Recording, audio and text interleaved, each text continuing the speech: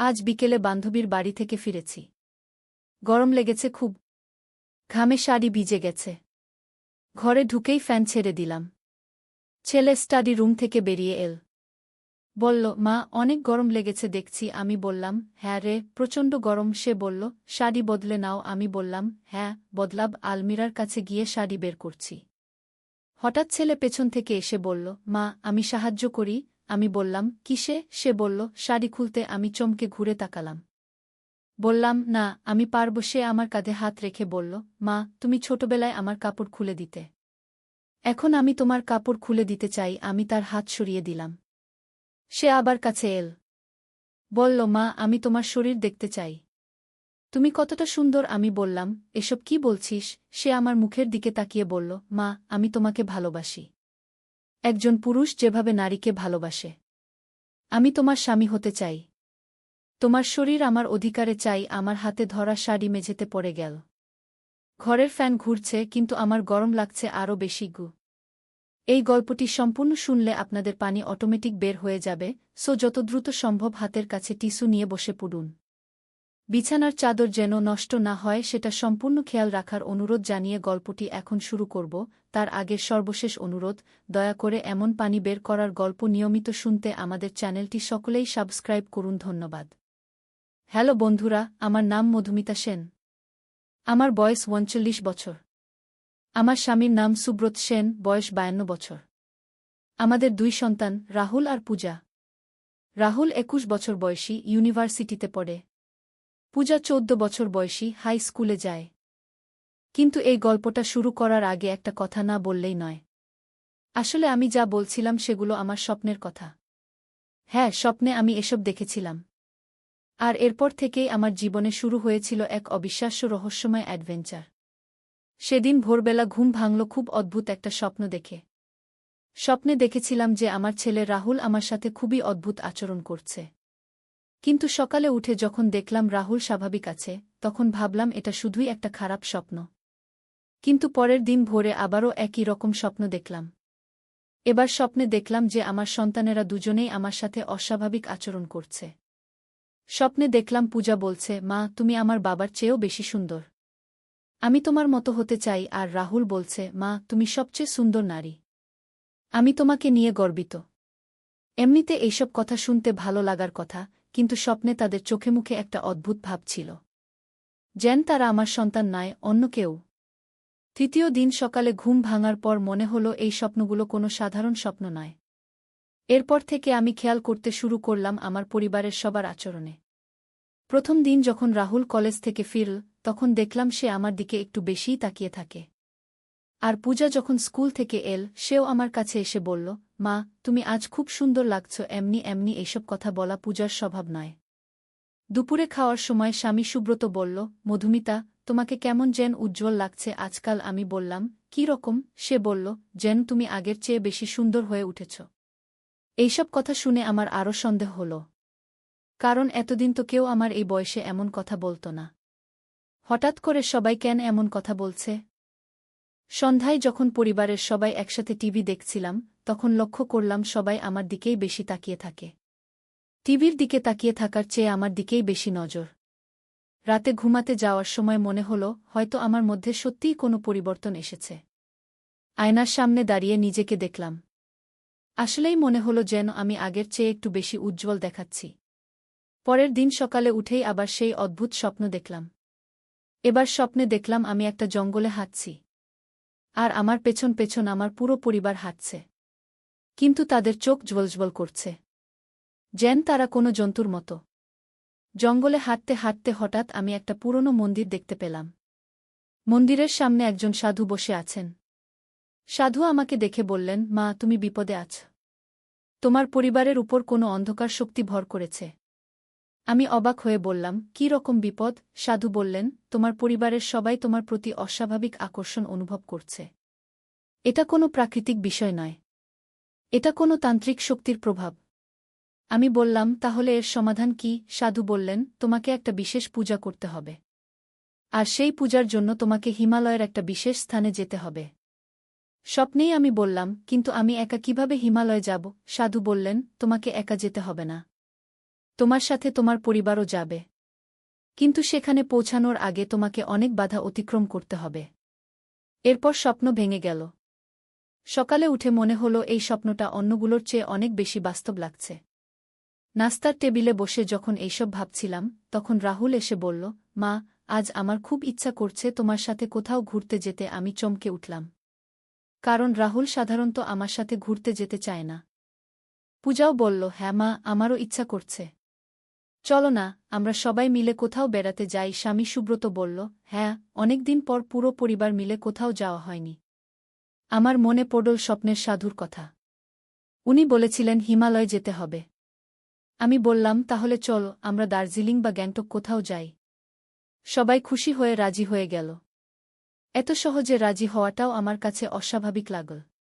কারণ সাধারণত ছুটির দিনে রাহুল বন্ধুদের সাথে থাকতে পছন্দ করে, পূজা পড়াশোনা নিয়ে ব্যস্ত থাকে, আর সুব্রত অফিসের কাজ নিয়ে মাথা ঘামায়। পরের দিনই আমরা দার্জিলিংয়ের উদ্দেশ্যে রওনা হলাম। ট্রেনে উঠার পর থেকেই অদ্ভুত কিছু ঘটনা ঘটতে শুরু করল। প্রথমে রাহুল আমার পাশের সিটে বসতে চাইল। পূজাও আমার কাছাকাছি বসতে চাইল। এমনকি সুব্রত আমার খুব কাছাকাছি বসে রইল। ট্রেনে খাওয়ার সময় সবাই আমার প্লেট থেকে খেতে চাইল। আমার গ্লাস থেকে পানি খেতে চাইল। এইসব আচরণ একদমই স্বাভাবিক নয়। রাতে ট্রেনে ঘুমাতে যাওয়ার সময় দেখলাম সবাই আমার বার্থের কাছাকাছি থাকতে চাইছে। রাহুল বলল, মা, আমি তোমার পাশের বার্থে ঘুমাব। পূজাও বলল, আমিও মায়ের কাছে থাকব। সুব্রত তো আমার সাথে একই বার্থে ঘুমাতে চাইছিল। সেই রাতে আবার সেই সাধুর স্বপ্ন দেখলাম। এবার সাধু বললেন, মা, তুমি সঠিক পথে এগিয়ে চলেছ। কিন্তু সাবধান। যত তুমি হিমালয়ের কাছাকাছি যাবে, তোমার পরিবারের উপর সেই অন্ধকার শক্তির প্রভাব তত বৃদ্ধি পাবে। আমি বললাম, তাহলে আমি কি করব? সাধু বললেন, তুমি ধৈর্য রাখ। দার্জিলিংয়ে পৌঁছানোর পর তুমি টাইগার হিল যাবে। সেখানে সূর্যোদয়ের সময় তুমি একটা বিশেষ মন্ত্র জপ করবে। আমি তোমাকে সেই মন্ত্র শিখিয়ে দিচ্ছি। সাধু আমাকে একটা মন্ত্র শিখিয়ে দিলেন। স্বপ্নেই আমি সেই মন্ত্র মুখস্থ করে ফেললাম। পরের দিন সকালে দার্জিলিংয়ে পৌঁছালাম। হোটেলে রুম নেওয়ার সময় দেখলাম সবাই এক রুমে থাকতে চাইছে। যদিও আমি আলাদা রুম নিয়েছিলাম রাহুল আর পূজার জন্য, কিন্তু তারা আমার রুমেই থাকতে চাইল। দুপুরে খাওয়ার পর যখন একটু বিশ্রাম নিচ্ছিলাম, তখন খেয়াল করলাম সবাই আমার দিকে এমনভাবে তাকিয়ে আছে যেন আমি কোনো দেবী। তাদের চোখে একটা অদ্ভুত মুগ্ধতার ভাব। সন্ধ্যায় মল রোডে বেড়াতে গেলাম। সেখানে গিয়েও দেখলাম আমার পরিবারের সবাই আমাকে ঘিরে রেখেছে। অন্য মানুষদের সাথে কথা বলতে চাইছে না। শুধু আমার সাথেই কথা বলতে চাইছে। একটা দোকানে চা খাওয়ার সময় দোকানদার বলল, আপনাদের পরিবারটা খুব সুন্দর।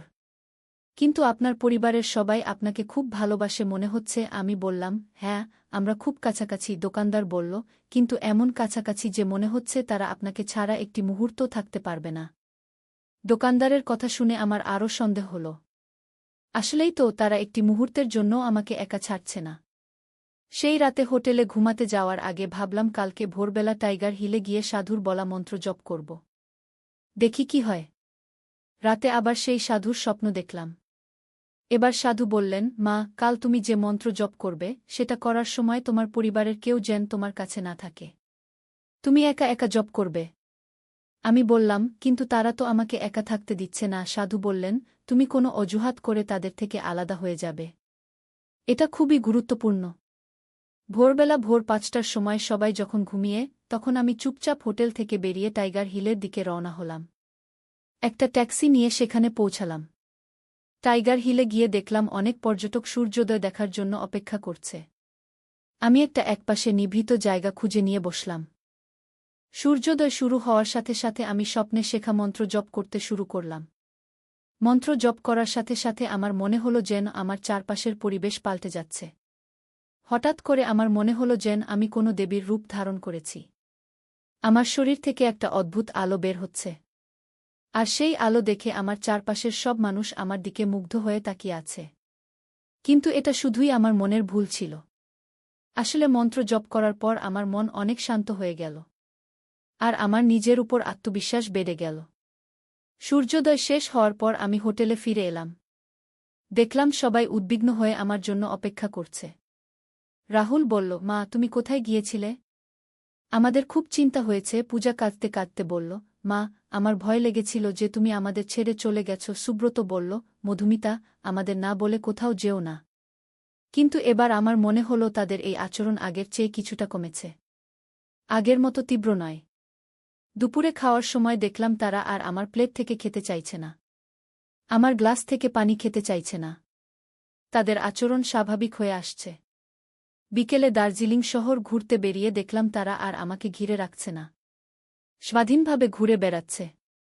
অন্য মানুষদের সাথেও কথা বলছে। সন্ধ্যায় চায়ের দোকানে বসে ভাবলাম, হয়তো সাধুর দেওয়া মন্ত্র কাজ করেছে। হয়তো আমার পরিবারের উপর থেকে সেই অন্ধকার শক্তির প্রভাব কমে গেছে। সেই রাতে আবার সাধুর স্বপ্ন দেখলাম। সাধু বললেন, মা, তুমি সফল হয়েছ। তোমার পরিবারের উপর থেকে সেই নেতিবাচক প্রভাব অনেকটাই কমে গেছে। কিন্তু এটা সম্পূর্ণভাবে শেষ হয়নি। আমি বললাম, তাহলে এখন কি করব? সাধু বললেন, এখন তোমাকে আরও একটা কাজ করতে হবে। তোমার পরিবারের প্রত্যেকের সাথে আলাদা আলাদা কথা বলতে হবে। তাদের মনের কথা জানতে হবে। তাহলে তুমি বুঝতে পারবে যে আসলে কি ঘটেছিল। পরের দিন সকালে প্রথমে রাহুলের সাথে একা কথা বললাম। রাহুল বলল, মা, গত কয়েকদিন আমার খুব অদ্ভুত লাগছিল। মনে হচ্ছিল যেন তুমি কোনো পরী। তোমার দিকে তাকিয়ে থাকতে ইচ্ছা করত। তোমার কাছে থাকতে চাইতাম সব সময়। আমি বললাম, এখন কেমন লাগছে? রাহুল বলল, এখন অনেক ভালো। এখন তুমি আমার মা। আর আমি তোমার ছেলে। সব স্বাভাবিক।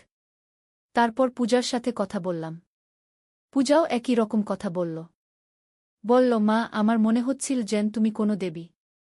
তোমাকে দেখলেই মনে হতো তুমি সবচেয়ে সুন্দর। সুব্রতের সাথে কথা বলার সময় সেও বলল, মধুমিতা, গত কয়েকদিন আমার মনে হচ্ছিল যেন তুমি আমার স্ত্রী নও, তুমি কোনো দেবী। তোমার প্রতি আমার একটা অন্যরকম আকর্ষণ কাজ করছিল। এইসব কথা শুনে আমার বুঝতে বাকি রইল না যে সত্যিই আমার পরিবারের উপর কোনো অস্বাভাবিক প্রভাব পড়েছিল। কিন্তু এই প্রভাব এল কোথা থেকে? সেদিন বিকেলে দার্জিলিংয়ের একটা পুরনো বাজারে ঘুরতে গিয়েছিলাম। সেখানে একটা পুরনো দোকানে একজন বৃদ্ধ দোকানদার বসেছিলেন। তিনি আমাকে দেখে বললেন, বোন, তোমাকে চিনতে পারছি। আমি অবাক হয়ে বললাম, কিভাবে চিনলেন? আমি তো এই প্রথম দার্জিলিংয়ে এসেছি। বৃদ্ধ বললেন, তুমি যে স্বপ্ন দেখেছ সেই সাধুর কথা আমি জানি। আমি আরও অবাক হলাম। বললাম, আপনি কিভাবে জানেন? বৃদ্ধ বললেন, কারণ আমিই সেই সাধু। আমি তো হতভম্ব। বললাম, কিন্তু স্বপ্নে যিনি ছিলেন তিনি তো অন্যরকম দেখতে। বৃদ্ধ হাসলেন। বললেন, স্বপ্নে আমি যে রূপে আবির্ভূত হই, বাস্তবে সে রূপে থাকি না। তারপর তিনি আমাকে পুরো ঘটনার রহস্য বুঝিয়ে দিলেন। বললেন, বোন, তোমার বাড়িতে কোনো শত্রু তোমার উপর একটা তন্ত্রমন্ত্র করেছিল। সেই তন্ত্রমন্ত্রের ফলে তোমার পরিবারের সবার মধ্যে তোমার প্রতি অস্বাভাবিক আকর্ষণ তৈরি হয়েছিল। আমি বললাম, কিন্তু কে এমন করতে পারে? বৃদ্ধ বললেন, তুমি ভেবে দেখ, তোমার কোনো শত্রু আছে কিনা। কেউ তোমার ক্ষতি করতে চায় কিনা। আমি ভাবতে লাগলাম। হঠাৎ মনে পড়ল আমার শাশুড়ির কথা। আমার স্বামীর মা অর্থাৎ সুব্রতের মা আমাকে খুব একটা পছন্দ করেন না। তিনি সব সময় বলেন যে আমি তার ছেলেকে তার থেকে দূরে সরিয়ে নিয়ে গেছি। গত মাসে একবার আমাদের সাথে খুব খারাপ ঝগড়া হয়েছিল। তখন তিনি রাগ করে বলেছিলেন, তোর এমন দিন আসবে যেদিন তোর নিজের পরিবারই তোর জন্য সমস্যা হয়ে উঠবে। আমি বৃদ্ধকে এই কথা বললাম। বৃদ্ধ বললেন, হ্যাঁ, সম্ভবত তিনিই কোনো তান্ত্রিক দিয়ে তোমার উপর এই তন্ত্রমন্ত্র করিয়েছেন। আমি বললাম, তাহলে এখন কি করব? বৃদ্ধ বললেন, তুমি যে মন্ত্র জপ করেছ সেটা দিয়ে এই তন্ত্রমন্ত্রের শক্তি অনেকটাই কমে গেছে। কিন্তু সম্পূর্ণভাবে শেষ করতে হলে তোমাকে আরও একটা কাজ করতে হবে। তিনি বললেন, তুমি বাড়ি ফিরে গিয়ে তোমার শাশুড়ির সাথে কথা বল। তাকে ক্ষমা করে দাও। তাহলে এই তন্ত্রমন্ত্র সম্পূর্ণভাবে নষ্ট হয়ে যাবে। আমি বললাম, কিন্তু তিনি তো আমার সাথে কথাই বলবেন না। বৃদ্ধ বললেন, তুমি চেষ্টা করে দেখ। দেখবে তিনি তোমার কথা শুনবেন। পরের দিন আমরা কলকাতায় ফিরে এলাম। বাড়ি পৌঁছানোর পর আমি সবার আগে আমার শাশুড়ির কাছে গেলাম। তিনি প্রথমে আমার সাথে কথা বলতে চাইলেন না। কিন্তু আমি বারবার অনুরোধ করার পর তিনি কথা বললেন। আমি বললাম, মা, আমি জানি আপনি আমার উপর রাগ আছেন। কিন্তু আমি আপনাকে ক্ষমা করে দিয়েছি। আপনিও আমাকে ক্ষমা করে দিন। শাশুড়ি প্রথমে চুপ করে থাকলেন। তারপর বললেন, মধুমিতা, আমি তোমার উপর যা করেছি সেটা ভুল ছিল। আমি একজন তান্ত্রিক দিয়ে তোমার উপর কালো জাদু করিয়েছিলাম। তিনি কাঁদতে কাঁদতে বললেন, আমি চেয়েছিলাম যে তোমার নিজের পরিবারই তোমার সমস্যা হয়ে উঠুক। কিন্তু এখন আমি বুঝতে পারছি এটা কতটা ভুল ছিল। আমি তার হাত ধরে বললাম, মা, সব ভুলে যান। আমি আপনাকে ক্ষমা করে দিয়েছি। শাশুড়ি বললেন, কিন্তু আমার করা তন্ত্রমন্ত্র এখনও কাজ করছে। এটা বন্ধ করতে হবে। আমি বললাম, সেটা নিয়ে চিন্তা করবেন না। আমি সেটার ব্যবস্থা করে নিয়েছি। সেদিন রাতে আবার সেই বৃদ্ধ সাধুর স্বপ্ন দেখলাম। তিনি বললেন, বোন, তুমি ঠিক কাজটা করেছ। তোমার শাশুড়ি অনুতপ্ত হয়েছেন। এবার তন্ত্রমন্ত্রের সব প্রভাব শেষ হয়ে যাবে। আমি বললাম, কিন্তু আমার পরিবার কি আবার স্বাভাবিক হয়ে যাবে? সাধু বললেন, হ্যাঁ, তারা আবার স্বাভাবিক হয়ে যাবে। কিন্তু এই ঘটনার কারণে তোমাদের পরিবারের মধ্যে আরও ভালোবাসা তৈরি হয়েছে। পরের দিন সকালে দেখলাম আসলেই সবাই স্বাভাবিক হয়ে গেছে। রাহুল আবার তার বন্ধুদের নিয়ে ব্যস্ত হয়ে পড়েছে। পূজা তার পড়াশোনা নিয়ে মনোযোগী হয়েছে। সুব্রত অফিসের কাজে মন দিয়েছে। কিন্তু একটা বিষয় লক্ষ্য করলাম। তারা সবাই আগের চেয়ে আমাকে বেশি সম্মান করে। আগের চেয়ে বেশি যত্ন নেয়। যদিও সেই অস্বাভাবিক আকর্ষণ আর নেই, কিন্তু একটা গভীর ভালোবাসা তৈরি হয়েছে। রাহুল এখন আমার সাথে বেশি কথা বলে। নিজের সমস্যার কথা বলে। পূজাও আমার সাথে অনেক খোলামেলা হয়ে গেছে। সুব্রত আগের চেয়ে বেশি আমার মতামত নেয়। আমার শাশুড়িও এখন আমার সাথে খুব ভালো ব্যবহার করেন। তিনি প্রায়ই আমার কাছে এসে বসেন। গল্প করেন। রান্নাবান্নার কথা বলেন। কয়েক সপ্তাহ পর আমি আবার সেই বৃদ্ধ সাধুর স্বপ্ন দেখলাম। তিনি বললেন, বোন, তুমি এই পরীক্ষা উত্তীর্ণ হয়েছ। তন্ত্রমন্ত্রের মতো নেতিবাচক শক্তিও কখনো কখনো পরিবারের মধ্যে ভালোবাসা বৃদ্ধি করতে পারে। আমি বললাম, এই ঘটনা থেকে আমি কি শিক্ষা নিব? সাধু বললেন, শিক্ষা হল, যে কোনো সমস্যার সমাধান রাগ বা প্রতিশোধ নিয়ে নয়, ক্ষমা আর ভালোবাসা দিয়ে। তিনি আরও বললেন, আর তুমি দেখলে যে স্বপ্ন কত শক্তিশালী। স্বপ্নের মাধ্যমে আমি তোমাকে সাহায্য করতে পেরেছি। আমি বললাম, আপনি আসলে কে? সাধু বললেন, আমি একজন সাধারণ মানুষ।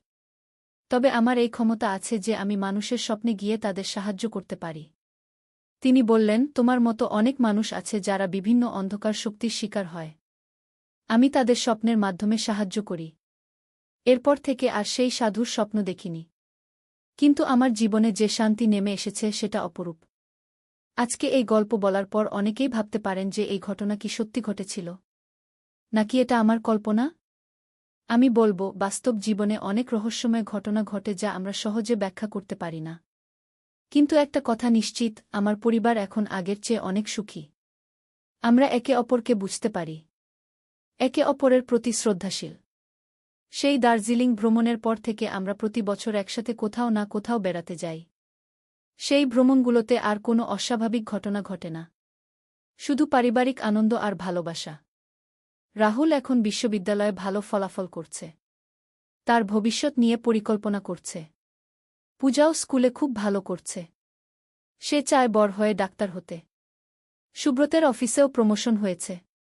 তার সাথে আমার সম্পর্ক আগের চেয়ে আরও গভীর হয়েছে। আমরা একসাথে বসে ভবিষ্যতের পরিকল্পনা করি। আর আমার শাশুড়ি এখন আমার সবচেয়ে কাছের মানুষ। তিনি আমাকে মেয়ের মতো ভালোবাসেন। আমিও তাকে মায়ের মতো শ্রদ্ধা করি। এই গল্পের মাধ্যমে আমি যেটা বুঝেছি সেটা হলো, জীবনে যত বড় সংকটই আসুক না কেন, ধৈর্য আর ভালোবাসা দিয়ে সব সমাধান করা যায়। রাগ বা প্রতিশোধ কখনোই কোনো সমস্যার সমাধান নয়। আর সবচেয়ে বড় কথা হলো, পরিবার হলো আমাদের সবচেয়ে বড় শক্তি। যত দূরেই থাকি না কেন, যত ব্যস্ত থাকি না কেন, পরিবারের সাথে সময় কাটানো খুবই গুরুত্বপূর্ণ।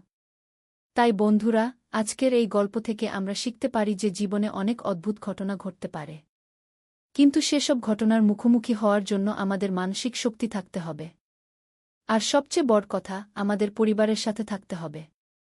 এই গল্পটি শেষ করার আগে একটি কথা বলতে চাই। অনেকেই হয়তো ভাবছেন এই গল্পে যে তান্ত্রিক শক্তির কথা বলা হয়েছে সেগুলো কি সত্যি? আমি বলবো, পৃথিবীতে অনেক রহস্যময় বিষয় আছে যা আমরা সহজে বুঝতে পারি না। কিন্তু সেগুলোর থেকে বাঁচার উপায় হল নিজেকে মানসিকভাবে শক্তিশালী রাখা। আর সবচেয়ে বড় কথা, কারো ক্ষতি করার জন্য কখনোই এইসব তন্ত্রমন্ত্রের আশ্রয় নেওয়া উচিত নয়। কারণ এইসব নেতিবাচক কাজ শেষ পর্যন্ত নিজেরই ক্ষতি করে। তো বন্ধুরা, আজকের মতো এই পর্যন্তই। আশা করি এই গল্পটি আপনাদের ভালো লেগেছে। আর এই গল্প থেকে আপনারাও কিছু শিক্ষা নিতে পেরেছেন। আমার পরিবারের এই অভিজ্ঞতা আপনাদের সাথে শেয়ার করতে পেরে আমি খুশি। আশা করি আপনাদের জীবনেও এমন সুন্দর পারিবারিক বন্ধন থাকবে। আর যদি কখনো জীবনে কোনো অদ্ভুত বা রহস্যময় ঘটনার মুখোমুখি হন, তাহলে ধৈর্য হারাবেন না। ভালোবাসা আর ক্ষমার শক্তি দিয়ে সব কিছুর সমাধান করার চেষ্টা করবেন। ধন্যবাদ সবাইকে এই গল্প শোনার জন্য। আশা করি আবার আমাদের সাথে থাকবেন নতুন কোনো রোমাঞ্চকর গল্প শুনতে। সত্যের সন্ধানে। প্রথম অধ্যায়, অন্ধকার থেকে আলোর দিকে। একসময় এক বিশাল সাম্রাজ্যের রাজধানীতে বাস করত এক যুবক। সে ছিল অত্যন্ত বুদ্ধিমান এবং জ্ঞানপিপাসু। তার পিতা ছিল রাজদরবারের একজন উচ্চপদস্থ কর্মকর্তা। যুবকটি ছোটবেলা থেকেই নানা ধর্ম ও দর্শন সম্পর্কে জানতে আগ্রহী ছিল।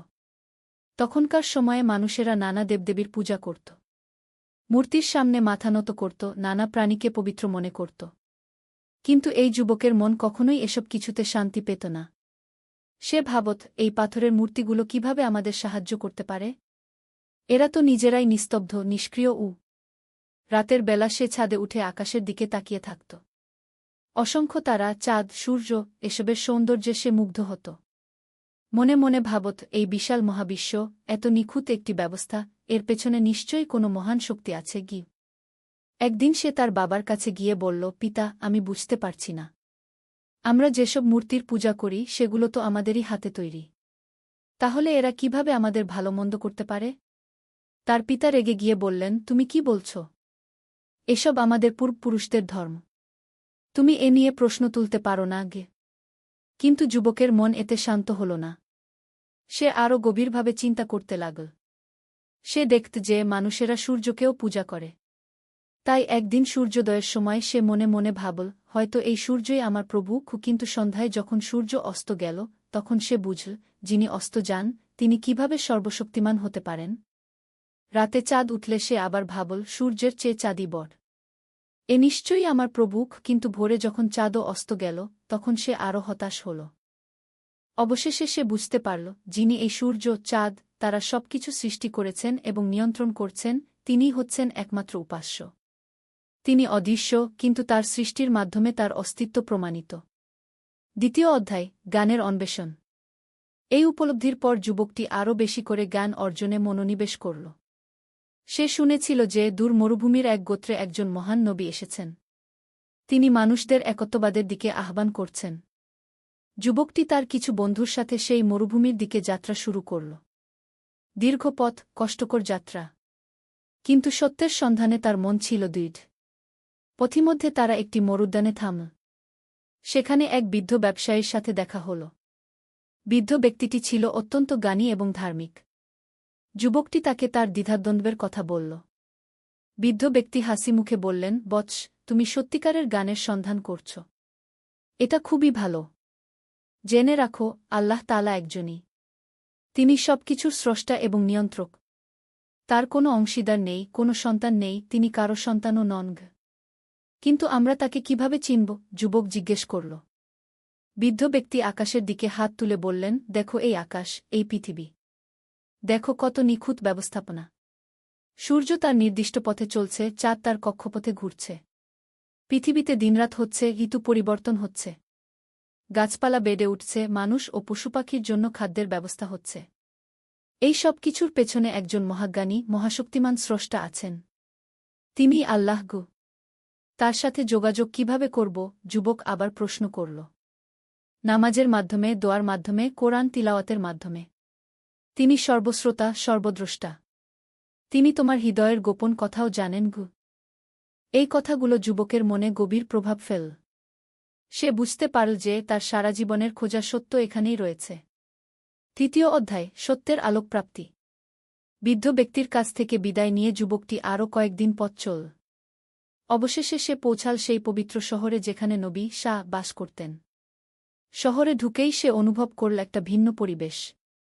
এখানে মানুষেরা একে অপরের প্রতি অত্যন্ত সদয়, সহানুভূতিশীল। কেউ ভিক্ষুক দেখলেই সাহায্য করে। ধনী গরিব সবাই একসাথে নামাজ পড়ে। কোনো জাতিভেদ নেই, কোনো উঁচুনিচু ভেদাভেদ নেই। একদিন সে শুনল যে নবী শাহ মসজিদে একটি বক্তব্য দেবেন। যুবকটি সেখানে উপস্থিত হল। নবী শাহ এর চেহারা দেখেই তার মনে হল যেন এক নূরের আলো। তার কথায় এমন এক আকর্ষণ, এমন এক শক্তি যে সবার মন তার দিকে আকৃষ্ট হয়ে যায়। নবী ঈসা বললেন, হে মানুষেরা! তোমরা সেই আল্লাহর ইবাদত করো যিনি এক এবং অদ্বিতীয়। তিনি ছাড়া আর কেউ ইবাদতের যোগ্য নেই। তিনি তোমাদের সৃষ্টি করেছেন, তোমাদের রিজিক দেন, তোমাদের জীবন ও মৃত্যুর মালিক। তোমরা একে অপরের সাথে ভালো ব্যবহার করো। গরিব দুঃখীদের সাহায্য করো। মিথ্যা বলো না, প্রতারণা করো না। সৎ পথে চলো এবং আল্লাহকে ভয় করো। এই কথাগুলো শুনে যুবকের চোখ থেকে অশ্রু ঝরতে লাগল। তার মনে হল যেন সারা জীবনের জন্য সে যা খুঁজছিল তা এখানেই পেয়ে গেছে। বক্তব্য শেষে যুবকটি নবী ঈসা এর কাছে গিয়ে বলল, হে আল্লাহর রাসূল! আমি সত্যের সন্ধানে এত দূর পথ পাড়ি দিয়ে এসেছি। আপনার কথা শুনে আমার মন সত্যিই শান্তি পেয়েছে। আমি ইসলাম গ্রহণ করতে চাই। নবী ঈসা খুশি হয়ে তার মাথায় হাত রেখে বললেন, আল্লাহ তোমাকে হিদায়াত দান করেছেন। তুমি কলেমা শাহাদত পড়ো। যুবকটি বলল, আশহাদু আল্লা ইলাহা ইল্লাল্লাহু ওয়া আশহাদু আন্না মুহাম্মাদুর রাসূলুল্লাহ। সেই মুহূর্তেই যেন তার সমস্ত অন্তর আলো ভরে গেল। তার মনে হল যেন সারা জীবনের অন্ধকার দূর হয়ে গেছে। চতুর্থ অধ্যায়, নতুন জীবনের শুরু। ইসলাম গ্রহণের পর যুবকটির জীবনে এক নতুন অধ্যায়ের সূচনা হল। সে নামাজ পড়তে শুরু করল, কোরআন শিখতে লাগল এবং ইসলামের বিধিবিধান মেনে চলতে শুরু করল। তার আচার ব্যবহারে এক বিস্ময়কর পরিবর্তন এল। আগে যেখানে সে শুধু নিজের কথা ভাবত, এখন সে অন্যদের সাহায্য করতে এগিয়ে আসে। গরিব দুঃখীদের পাশে দাঁড়ায়। মিথ্যা কথা বলা ছেড়ে দিয়েছে, সৎ ব্যবসায় জড়িত হয়েছে। কয়েক মাস পরে তার পিতা তাকে খোঁজ করতে এসে পৌঁছাল। পিতা রেগে গিয়ে বললেন, তুমি পারিবারিক ধর্ম ত্যাগ করে কি করেছ? চলো, বাড়ি ফিরে চলো। যুবক অত্যন্ত বিনয়ের সাথে বলল, পিতা, আমি সত্যের সন্ধান পেয়েছি। আমি আর মূর্তি পূজায় ফিরে যেতে পারব না। তবে আমি আপনার সাথে সদ্ব্যবহার করব, আপনার সেবা করব। এটা আমার ধর্মের শিক্ষা। পিতা প্রথমে রেগে গেলেও পরে দেখলেন যে তার ছেলের আচরণে কত ভালো পরিবর্তন এসেছে। সে আগের চেয়ে অনেক বেশি শান্ত, সৎ এবং দায়িত্বশীল হয়েছে। একদিন পিতা তাকে প্রশ্ন করলেন, তোমার এই ধর্মের মূল শিক্ষা কি? যুবক বলল, পিতা, আমাদের ধর্মের মূল কথা হল আল্লাহ এক এবং অদ্বিতীয়। তার ইবাদত করতে হবে এবং মানুষের সাথে ভালো ব্যবহার করতে হবে। মাতাপিতার সেবা করা, গরিবদের সাহায্য করা, সৎ পথে চলা, এসব আমাদের ধর্মের অংশ। পিতার মনেও একটা পরিবর্তন এল। তিনি ভাবতে লাগলেন, এই ধর্ম তো খুবই সুন্দর। পঞ্চম অধ্যায়, পরীক্ষার সময়। কয়েক বছর পরে সেই শহরে এক ভয়াবহ দুর্ভিক্ষ দেখা দিল। বৃষ্টি হল না, ফসল নষ্ট হয়ে গেল। মানুষের মধ্যে খাদ্যের তীব্র সংকট দেখা দিল। এই সময়ে মুসলমানদের প্রকৃত চরিত্র পরীক্ষা হল। যুবকটি দেখল যে যারা ইসলাম গ্রহণ করেছে তারা নিজেদের খাবার ভাগাভাগি করে খাচ্ছে। কেউ একা একা বেশি খাবার রেখে দিচ্ছে না। এক ধনী মুসলমান তার সমস্ত সম্পত্তি বিক্রি করে গরিবদের মধ্যে বিতরণ করে দিল। যুবকটিও তার যা কিছু ছিল তা গরিব মানুষদের মধ্যে ভাগ করে দিল। একদিন সে দেখল যে একটি অনাথ বাচ্চা রাস্তায় ক্ষুধায় কাঁদছে। তার কাছে শুধু একটুকু রুটি ছিল, যা ছিল তার সেদিনের খাবার। কিন্তু সে সেই রুটিটুকুও সেই বাচ্চাকে দিয়ে দিল। সেই রাতে সে না খেয়ে থেকে আল্লাহর কাছে দোয়া করল, হে আল্লাহ! আপনি আমাদের এই বিপদ থেকে উদ্ধার করুন। আমরা আপনার উপর ভরসা রাখছি। পরদিন সকালে খবর এল যে দূর থেকে একটি বাণিজ্যিক কাফেলা খাদ্যশস্য নিয়ে আসছে। কয়েকদিন পরেই দুর্ভিক্ষের সমাধান হয়ে গেল। এই ঘটনার পর যুবকটি আরও গভীরভাবে বুঝতে পারল যে আল্লাহর উপর তাওয়াক্কুল, ভরসা রাখতে হবে এবং অন্যদের সাহায্য করতে হবে। ষষ্ঠ অধ্যায়, জ্ঞান প্রচারের দায়িত্ব। কয়েক বছর পর যুবকটি একজন পরিণত জ্ঞানী ব্যক্তি হয়ে উঠল। সে কোরআন ও হাদিস গভীরভাবে অধ্যয়ন করল। নবী ঈসা এর কাছ থেকে সরাসরি অনেক কিছু শিখল। একদিন নবী ঈসা তাকে ডেকে বললেন, তুমি এখন অন্যদেরকে ইসলামের দাওয়াত দিতে পারো। তোমার নিজের এলাকায় গিয়ে মানুষদের সত্যের পথে আহ্বান করো। এই দায়িত্ব পেয়ে যুবকটি খুবই খুশি হল। কিন্তু সাথে সাথে একটা দুশ্চিন্তাও হল। সে ভাবল, আমার নিজের পরিবার পরিজন, বন্ধুবান্ধব তো আমার কথা শুনবে না। তারা হয়তো আমাকে বিরোধিতা করবে। নবী ঈসা যেন তার মনের কথা বুঝতে পেরে বললেন, হিকমতের সাথে দাওয়াত দিও। কাউকে জোর করো না। তুমি শুধু সত্য পৌঁছে দাও। হিদায়াত দেওয়ার মালিক আল্লাহ। এই কথায় যুবকটির মনে সাহস এল। সে তার জন্মভূমির দিকে যাত্রা শুরু করল। সপ্তম অধ্যায়, নিজ ভূমিতে দাওয়াত। নিজের শহরে পৌঁছে যুবকটি দেখল যে সেখানে পরিস্থিতি আরও খারাপ হয়েছে। মানুষেরা আরও বেশি মূর্তিপূজায় লিপ্ত হয়েছে। অনেক রকমের কুসংস্কার ও অন্ধবিশ্বাস চালু হয়েছে। প্রথমে সে তার পরিবারের কাছে গেল। তার মা তাকে দেখে অত্যন্ত খুশি হলেন। কিন্তু যখন শুনলেন যে তিনি ইসলাম গ্রহণ করেছেন এবং মূর্তিপূজা ছেড়ে দিয়েছেন, তখন অত্যন্ত দুঃখ পেলেন। আমার ছেলে, তুমি আমাদের পারিবারিক ধর্ম ত্যাগ করলে? আমাদের দেবদেবীরা নাখুশ হবেন কি? মা কাঁদতে কাঁদতে বললেন। যুবক অত্যন্ত ধৈর্য ও ভালোবাসার সাথে মাকে বোঝানোর চেষ্টা করল, মা, আমি যে ধর্ম গ্রহণ করেছি তা আপনার সাথে আমার সম্পর্কের কোনো ক্ষতি করবে না। বরং এই ধর্ম আমাকে আরও বেশি করে আপনার সেবা করতে শিখিয়েছে। মাতাপিতার সেবা করা আমাদের ধর্মের একটি গুরুত্বপূর্ণ অংশও। কিন্তু তার বাবা খুবই রেগে গেলেন। তুমি যদি এই ধর্ম না ছাড়ো তাহলে আমার ঘরে থাকতে পারবে না। যুবক বলল, পিতা, আমি আপনাকে অসম্মান করতে চাই না, কিন্তু সত্যকে অস্বীকার করতেও পারি না। আমি আপনার সেবা করব, কিন্তু মূর্তি পূজায় ফিরে যেতে পারব না। এই নিয়ে পরিবারে বেশ কিছুদিন টানাপোড়েন চল। কিন্তু যুবকটি ধৈর্য হারাল না। সে তার আচরণ দিয়ে প্রমাণ করতে লাগল যে ইসলাম তাকে আরও ভালো মানুষ বানিয়েছে। অষ্টম অধ্যায়, ধীরে ধীরে পরিবর্তন। যুবকটি প্রতিদিন তার মা বাবার খেদমত করত। তাদের খাবারের ব্যবস্থা করত, অসুখ বিসুখে সেবা করত। এমনকি তারা তাকে মূর্তিপূজার জন্য বললেও সে রেগে যেত না, বিনয়ের সাথে অস্বীকার করত। এদিকে তার বন্ধুবান্ধবদের কাছে সে ইসলামের দাওয়াত পৌঁছাতে শুরু করল। সে তাদের বলত, তোমরা একবার ভেবে দেখো, এই পাথরের মূর্তিগুলো কিভাবে তোমাদের উপকার করতে পারে। এরা তো নিজেরাই অসহায়। অনেকে তার কথা হাসি করে উড়িয়ে দিত। কিন্তু কেউ কেউ গভীরভাবে ভাবতে শুরু করল। একদিন তার একটি বন্ধু তাকে প্রশ্ন করল, তুমি বলো তোমার আল্লাহ সর্বশক্তিমান, কিন্তু আমরা তো তাকে দেখি না। তাহলে কিভাবে বুঝব যে তিনি আছেন? যুবক হাসিমুখে বলল, তুমি কি বাতাস দেখো? না, কিন্তু বাতাসের অস্তিত্ব তুমি অনুভব করো। তুমি কি তোমার মনকে দেখতে পাও? না, কিন্তু তার অস্তিত্ব তুমি বুঝতে পারো। ঠিক তেমনি আল্লাহকেও আমরা তার সৃষ্টির মধ্যে দিয়ে চিনতে পারি। দেখো, আকাশে সূর্য কত নিয়মানুবর্তিতার সাথে উদয় হয় এবং অস্ত যায়। ঋতু পরিবর্তন হয়, গাছে ফল ধরে। এসব কিছুর পেছনে একজন মহান পরিচালক আছেন। তিনি আল্লাহ। বন্ধুটি কিছুক্ষণ চুপ থেকে বলল, তোমার কথায় যুক্তি আছে। আমিও ভাবতে শুরু করেছি। ধীরে ধীরে এভাবে তার কয়েকজন বন্ধু ইসলামের প্রতি আগ্রহী হয়ে উঠল। তারাও কলেমা পড়ে মুসলমান হয়ে গেল। নবম অধ্যায়, বিরোধিতার মুখে ধৈর্য।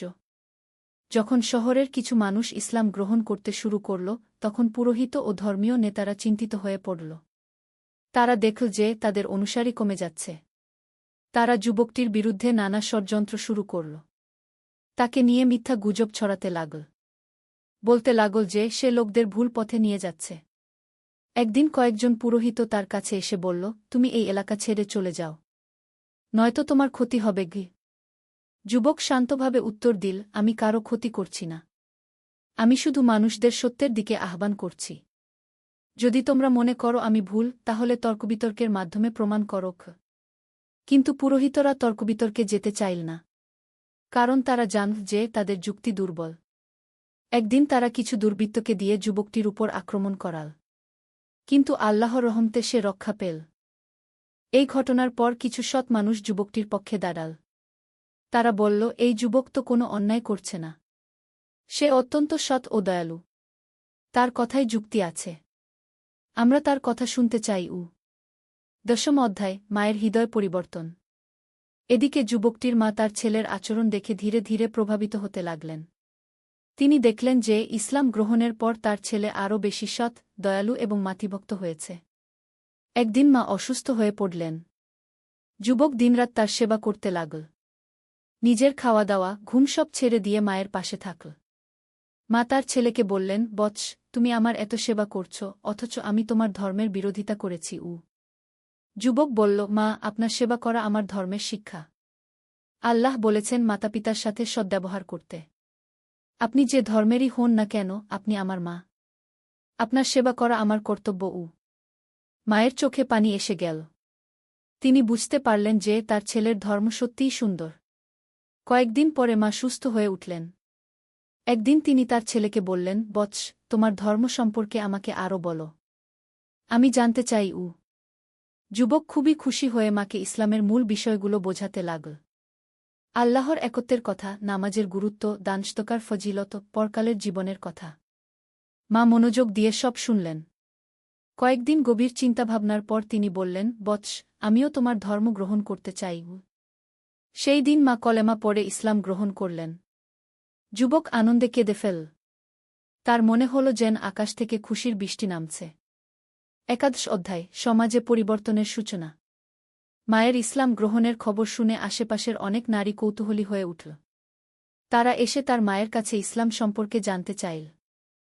মা তাদেরকে বললেন, এই ধর্মে নারীদের অনেক সম্মান আছে। মা হিসেবে আমরা পুত্রের জন্নতের চাবি। স্ত্রী হিসেবে আমরা স্বামীর অর্ধেক দিন। কন্যা হিসেবে আমরা বাবার জন্নতের কারণ গি। আর সবচেয়ে বড় কথা হল, এই ধর্মে আল্লাহর কাছে নারী পুরুষ সবাই সমান। কোনো ভেদাভেদ নেই। এই কথা শুনে অনেক নারী ইসলামের প্রতি আগ্রহী হয়ে উঠল।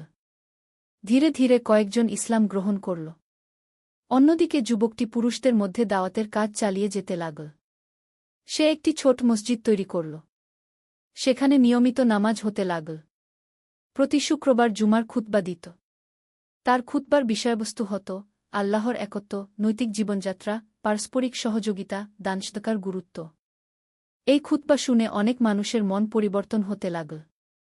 এমনকি কিছু মূর্তিপূজারীও চিন্তা করতে শুরু করল। দ্বাদশ অধ্যায়, বাবার হৃদয় গলে যাওয়া। যুবকটির বাবা এতদিন ইসলামের বিরোধিতা করে আসছিলেন। কিন্তু দেখতে পেলেন যে তার স্ত্রী ইসলাম গ্রহণের পর আরও বেশি শান্তিতে আছেন। তিনি আরও বেশি ধার্মিক হয়েছেন, আরও বেশি দানস্তকা করেন। একদিন বাবা অসুস্থ হয়ে পড়লেন। ডাক্তার বললেন যে তার অবস্থা গুরুতর। যুবক ও তার মা দিনরাত বাবার সেবা করতে লাগলেন। সেই সময় যুবক তার বাবার কাছে বলল, বাবা, আপনি সুস্থ হয়ে উঠুন। আমি আল্লাহর কাছে আপনার জন্য দোয়া করছি। বাবা বললেন, তুমি তো আমার ধর্মের বিরোধিতা করেছ। তাহলে আমার জন্য দোয়া করছ কেন? যুবক বলল, বাবা, আপনি আমার পিতা। আমি আপনাকে ভালোবাসি। আমি চাই আপনি সুস্থ হয়ে উঠুন এবং সত্যের পথ খুঁজে পান। বাবার চোখে পানি এসে গেল। তিনি বুঝতে পারলেন যে ইসলাম তার ছেলেকে আরও ভালো মানুষ বানিয়েছে। কয়েকদিন পরে বাবার শরীর আরও খারাপ হল। মৃত্যুর আগে তিনি তার ছেলেকে ডেকে বললেন, বৎস, আমি এখন বুঝতে পারছি যে তোমার পথই সত্য। আমিও ইসলাম গ্রহণ করতে চাই। যুবক আনন্দে ও দুঃখে একসাথে কেঁদে ফেল। বাবা কলেমা পড়লেন এবং কয়েক ঘণ্টা পর তিনি ইন্তেকাল করলেন। যুবক মনে করল যে তার বাবা ঈমানের সাথেই দুনিয়া থেকে বিদায় নিয়েছেন। ত্রয়োদশ অধ্যায়, ইসলামী সমাজের বিকাশ। বাবার মৃত্যুর পর যুবকটি আরও বেশি করে দাওয়াতের কাজে মনোনিবেশ করল। তার নেতৃত্বে ছোট একটি ইসলামী সমাজ গড়ে উঠল। এই সমাজের বৈশিষ্ট্য ছিল, সবাই একসাথে নামাজ পড়ত। ধনী গরিবের মধ্যে কোনো ভেদাভেদ ছিল না। কেউ সমস্যায় পড়লে সবাই সাহায্য করত। কোনো মিথ্যা, প্রতারণা, চুরি ডাকাতি ছিল না। নারী পুরুষ সবাই সম্মানিত জীবনযাপন করত। আশেপাশের শহর থেকে মানুষ এসে এই সমাজ দেখে অবাক হতো। তারা বলত, এরা কিভাবে এত শান্তিতে, ভালোবাসায় থাকে? একদিন পাশের শহর থেকে এক ব্যবসায়ী এলেন। তিনি কয়েকদিন এই মুসলিম সমাজে থেকে গেলেন। তিনি দেখলেন যে এখানে কেউ তার সাথে প্রতারণা করে না। সবাই সৎ ব্যবসা করে। কেউ দরিদ্র হলে সবাই তাকে সাহায্য করে। ব্যবসায়ী যুবকটির কাছে এসে বললেন, আপনাদের এই জীবন ব্যবস্থা অসাধারণ। এর রহস্য কি? যুবক বলল, আমাদের একমাত্র গোপন কথা হল, আমরা আল্লাহকে ভয় করি এবং একে অপরকে ভালোবাসি। আমরা জানি যে আমরা যা কিছু করি, আল্লাহ সব দেখেন। তাই আমরা সৎ কাজ করতে চেষ্টা করি। ব্যবসায়ী বললেন, আমিও এই ধর্ম গ্রহণ করতে চাই। এভাবে ধীরে ধীরে ইসলাম ছড়িয়ে পড়তে লাগল। চতুর্দশ অধ্যায়, জীবনের শেষ পর্যায়ে। অনেক বছর পেরিয়ে গেল। যুবকটি এখন একজন বয়স্ক, সম্মানিত ব্যক্তি। তার চুলদাড়ি সাদা হয়ে গেছে। কিন্তু তার চোখে এখনও সেই তেজ, সেই উৎসাহ। তিনি এই দীর্ঘ জীবনে অনেক মানুষকে ইসলামের পথে আনতে পেরেছেন। অনেক মসজিদ, মাদ্রাসা, এতিমখানা তৈরি করেছেন। গরিব দুঃখীদের সেবা করেছেন। একদিন তিনি অসুস্থ হয়ে পড়লেন। তার ছেলেমেয়েরা, শিষ্যরা তার চারপাশে জড়ো হলেন। মৃত্যুর আগে তিনি তাদেরকে বললেন, আমার প্রিয় সন্তানেরা, আমি আমার জীবনে যা পেয়েছি তা আল্লাহর অনুগ্রহেই পেয়েছি। আমি কিছুই ছিলাম না, সত্যের সন্ধানী একজন তরুণ ছিলাম মাত্র। আল্লাহ আমাকে হিদায়াত দান করেছেন। তোমরাও সত্যের পথে চলো। আল্লাহকে ভয় করো। মানুষের সেবা করো। ইসলামের সুন্দর শিক্ষাগুলো অন্যদের কাছে পৌঁছে দাও। মনে রেখো, দুনিয়ার জীবন ক্ষণস্থায়ী। আসল জীবন পরকালে।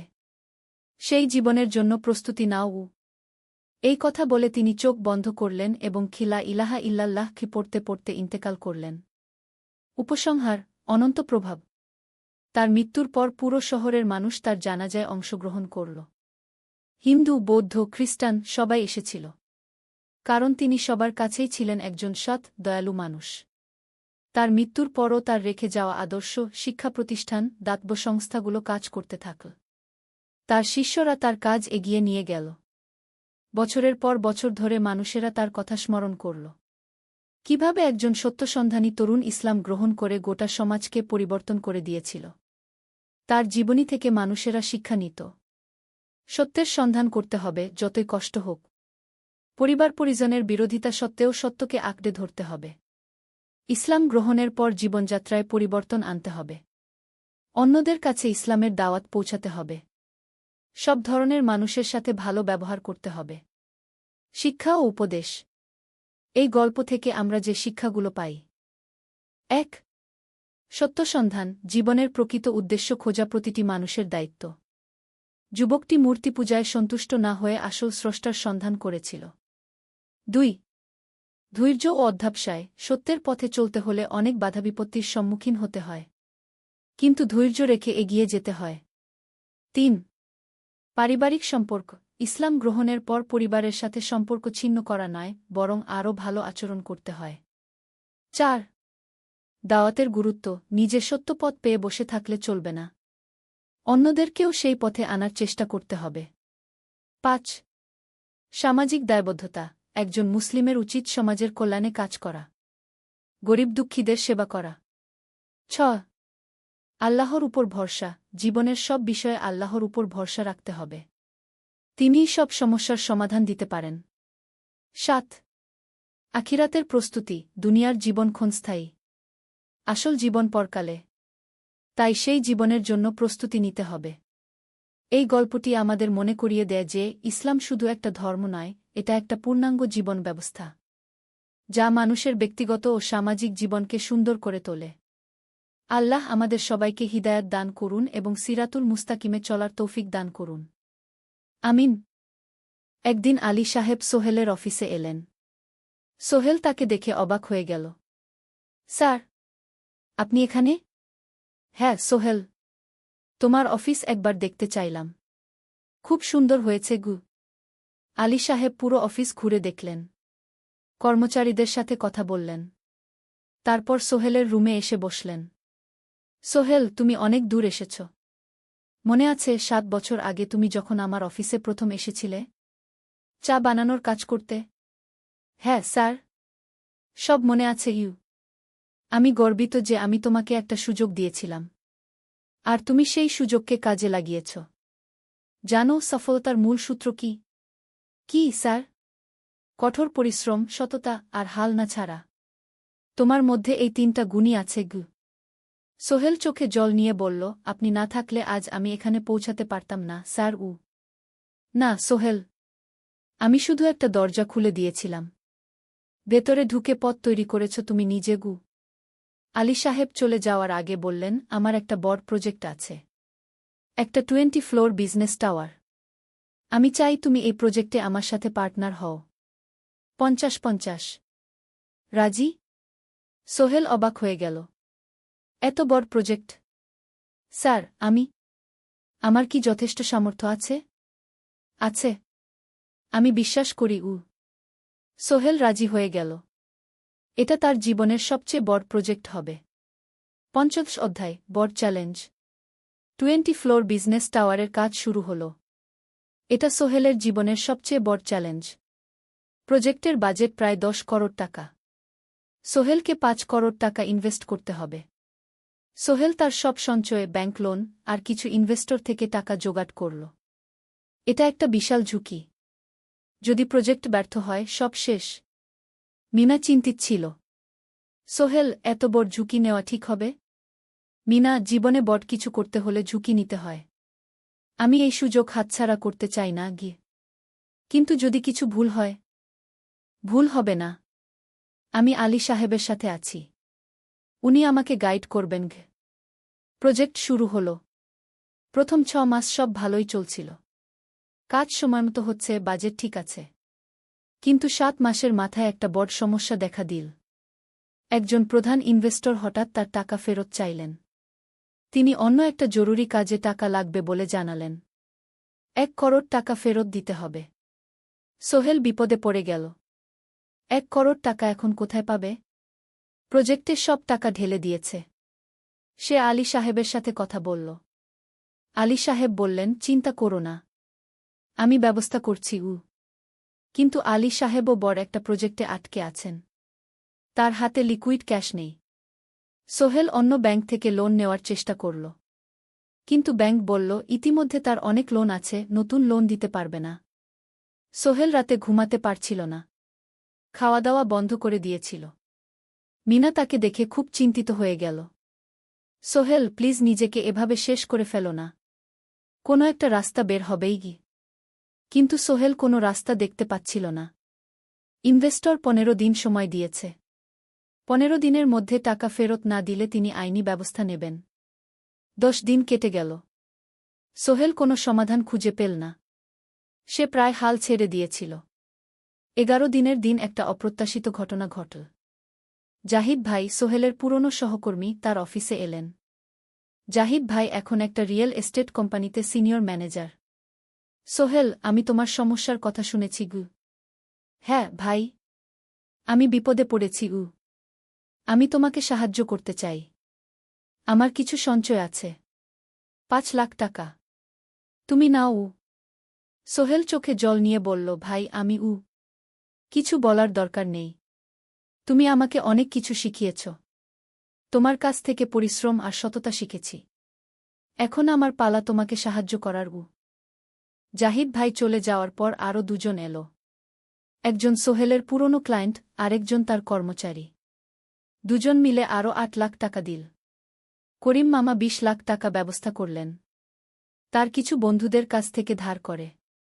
মিনা তার সব গয়না বিক্রি করে 10 লাখ টাকা দিল। সবাই মিলে প্রায় 45 লাখ টাকা জোগাড় হল। বাকি 65 লাখ টাকা সোহেল তার অফিসের সব অ্যাসেট বিক্রি করে আর একটা প্রাইভেট ফিন্যান্স কোম্পানি থেকে উচ্চ সুদে লোন নিয়ে ব্যবস্থা করল।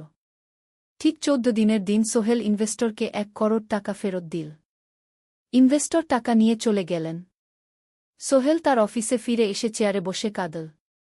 এত চাপ, এত টেনশন, সব যেন একসাথে বের হয়ে এল। মিনা এসে তাকে জড়িয়ে ধরল। আমরা পেরেছি সোহেল, আমরা পেরেছি। 16 অধ্যায়, পুনরুদ্ধার। এই ঘটনার পর সোহেল আরও সাবধান হয়ে গেল। সে বুঝল, ব্যবসায় শুধু সাহস নয়, বুদ্ধিও লাগে। ঝুঁকি নিতে হয়, কিন্তু হিসাব করে। প্রজেক্ট চলতে থাকল। এবার সোহেল আরও সতর্কতার সাথে সব কিছু পরিচালনা করল। প্রতিটা খরচ হিসাব করল, প্রতিটা সিদ্ধান্ত ভেবেচিন্তে নিল। আরও 1 বছর পর 20 ফ্লোর বিজনেস টাওয়ার সম্পন্ন হল। চমৎকার বিল্ডিং। শহরের অন্যতম সুন্দর ভবন। বিল্ডিংয়ের উদ্বোধন অনুষ্ঠানে শহরের মেয়র এলেন। অনেক ব্যবসায়ী, সাংবাদিক এলো। সোহেলের নাম পত্রিকায় ছাপা হল। স্বপ্নের শহরে এক তরুণ উদ্যোক্তার সফলতার গল্প। প্রজেক্ট থেকে সোহেলের লাভ হল প্রায় 2 করোড় টাকা। এই টাকা দিয়ে সে সব ঋণ শোধ করল।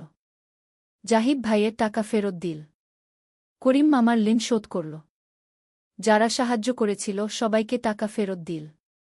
মিনার জন্য নতুন গয়না কিনল। আরও সুন্দর। তার মাকে গ্রামে একটা নতুন পাকা বাড়ি বানিয়ে দিল। মা কাঁদতে কাঁদতে বললেন, তোর বাবা বেঁচে থাকলে কত খুশি হতো। তুই আমার সব স্বপ্ন পূরণ করেছিস। সোহেল নিজেদের জন্য একটা ফ্ল্যাট কিনল। 4 রুমের ফ্ল্যাট, সমুদ্রের কাছে। এখন আর ভাড়া বাড়িতে থাকতে হয় না। 17 অধ্যায়, প্রতিদান। সোহেল এখন একজন প্রতিষ্ঠিত উদ্যোক্তা। কিন্তু সে তার শেখ ভোলেনি। যে গ্রাম থেকে সে এসেছে, যারা তাকে সাহায্য করেছে, কাউকেই ভোলেনি। সে তার গ্রামে একটা স্কুল বানিয়ে দিল। সোহেল ফাউন্ডেশন স্কুল কো গরিব ছেলেমেয়েরা ফ্রিতে পড়তে পারবে। ভালো শিক্ষক নিযোগ দিল।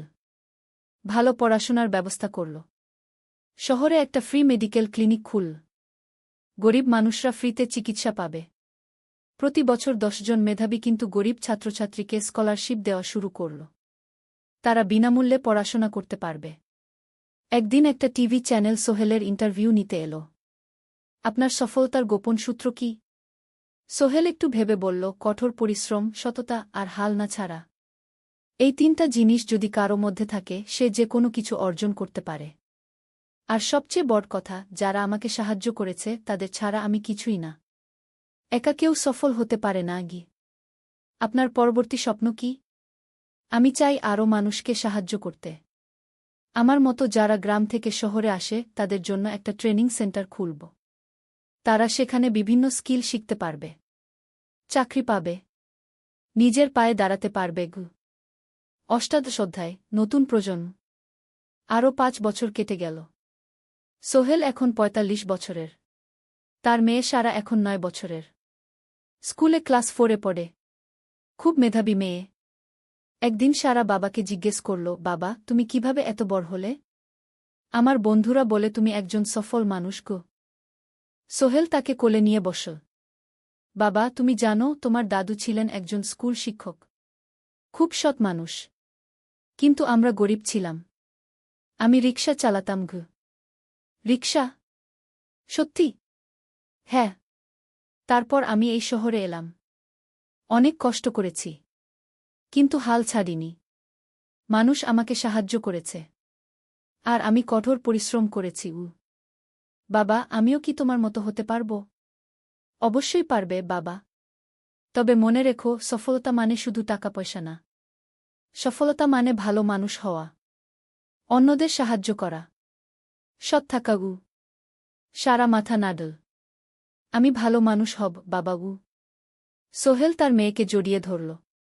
মনে মনে ভাবল, তার জীবনের সব কষ্ট সার্থক হয়েছে। মিনা রান্নাঘর থেকে ডাকল, খাবার তৈরি। এসো। সোহেল সারাকে নিয়ে ডাইনিং টেবিলে গেল। ঋতু এসেছে। সে এখন বিয়ে করেছে, তার একটা ছেলে হয়েছে। সোহেলের মা মাঝে মাঝে চট্টগ্রামে বেড়াতে আসেন। আজও এসেছেন। সবাই মিলে খেতে বসল। হাসিগল্পে ভরা পরিবার। সোহেল তাকাল তার মায়ের দিকে, মিনার দিকে, সারার দিকে, ঋতুর দিকে। মনে হল, জীবনে আর কি চাই? খাওয়া শেষে সবাই বসে রইল। গল্প করছিল। হঠাৎ সোহেলের ফোন বাজল। অফিস থেকে। একটা জরুরি বিষয়। সোহেল ফোন রেখে দিয়ে মিনাকে বলল, একটা নতুন প্রজেক্টের প্রস্তাব এসেছে। একটা এতিমখানা বানানোর কাজ।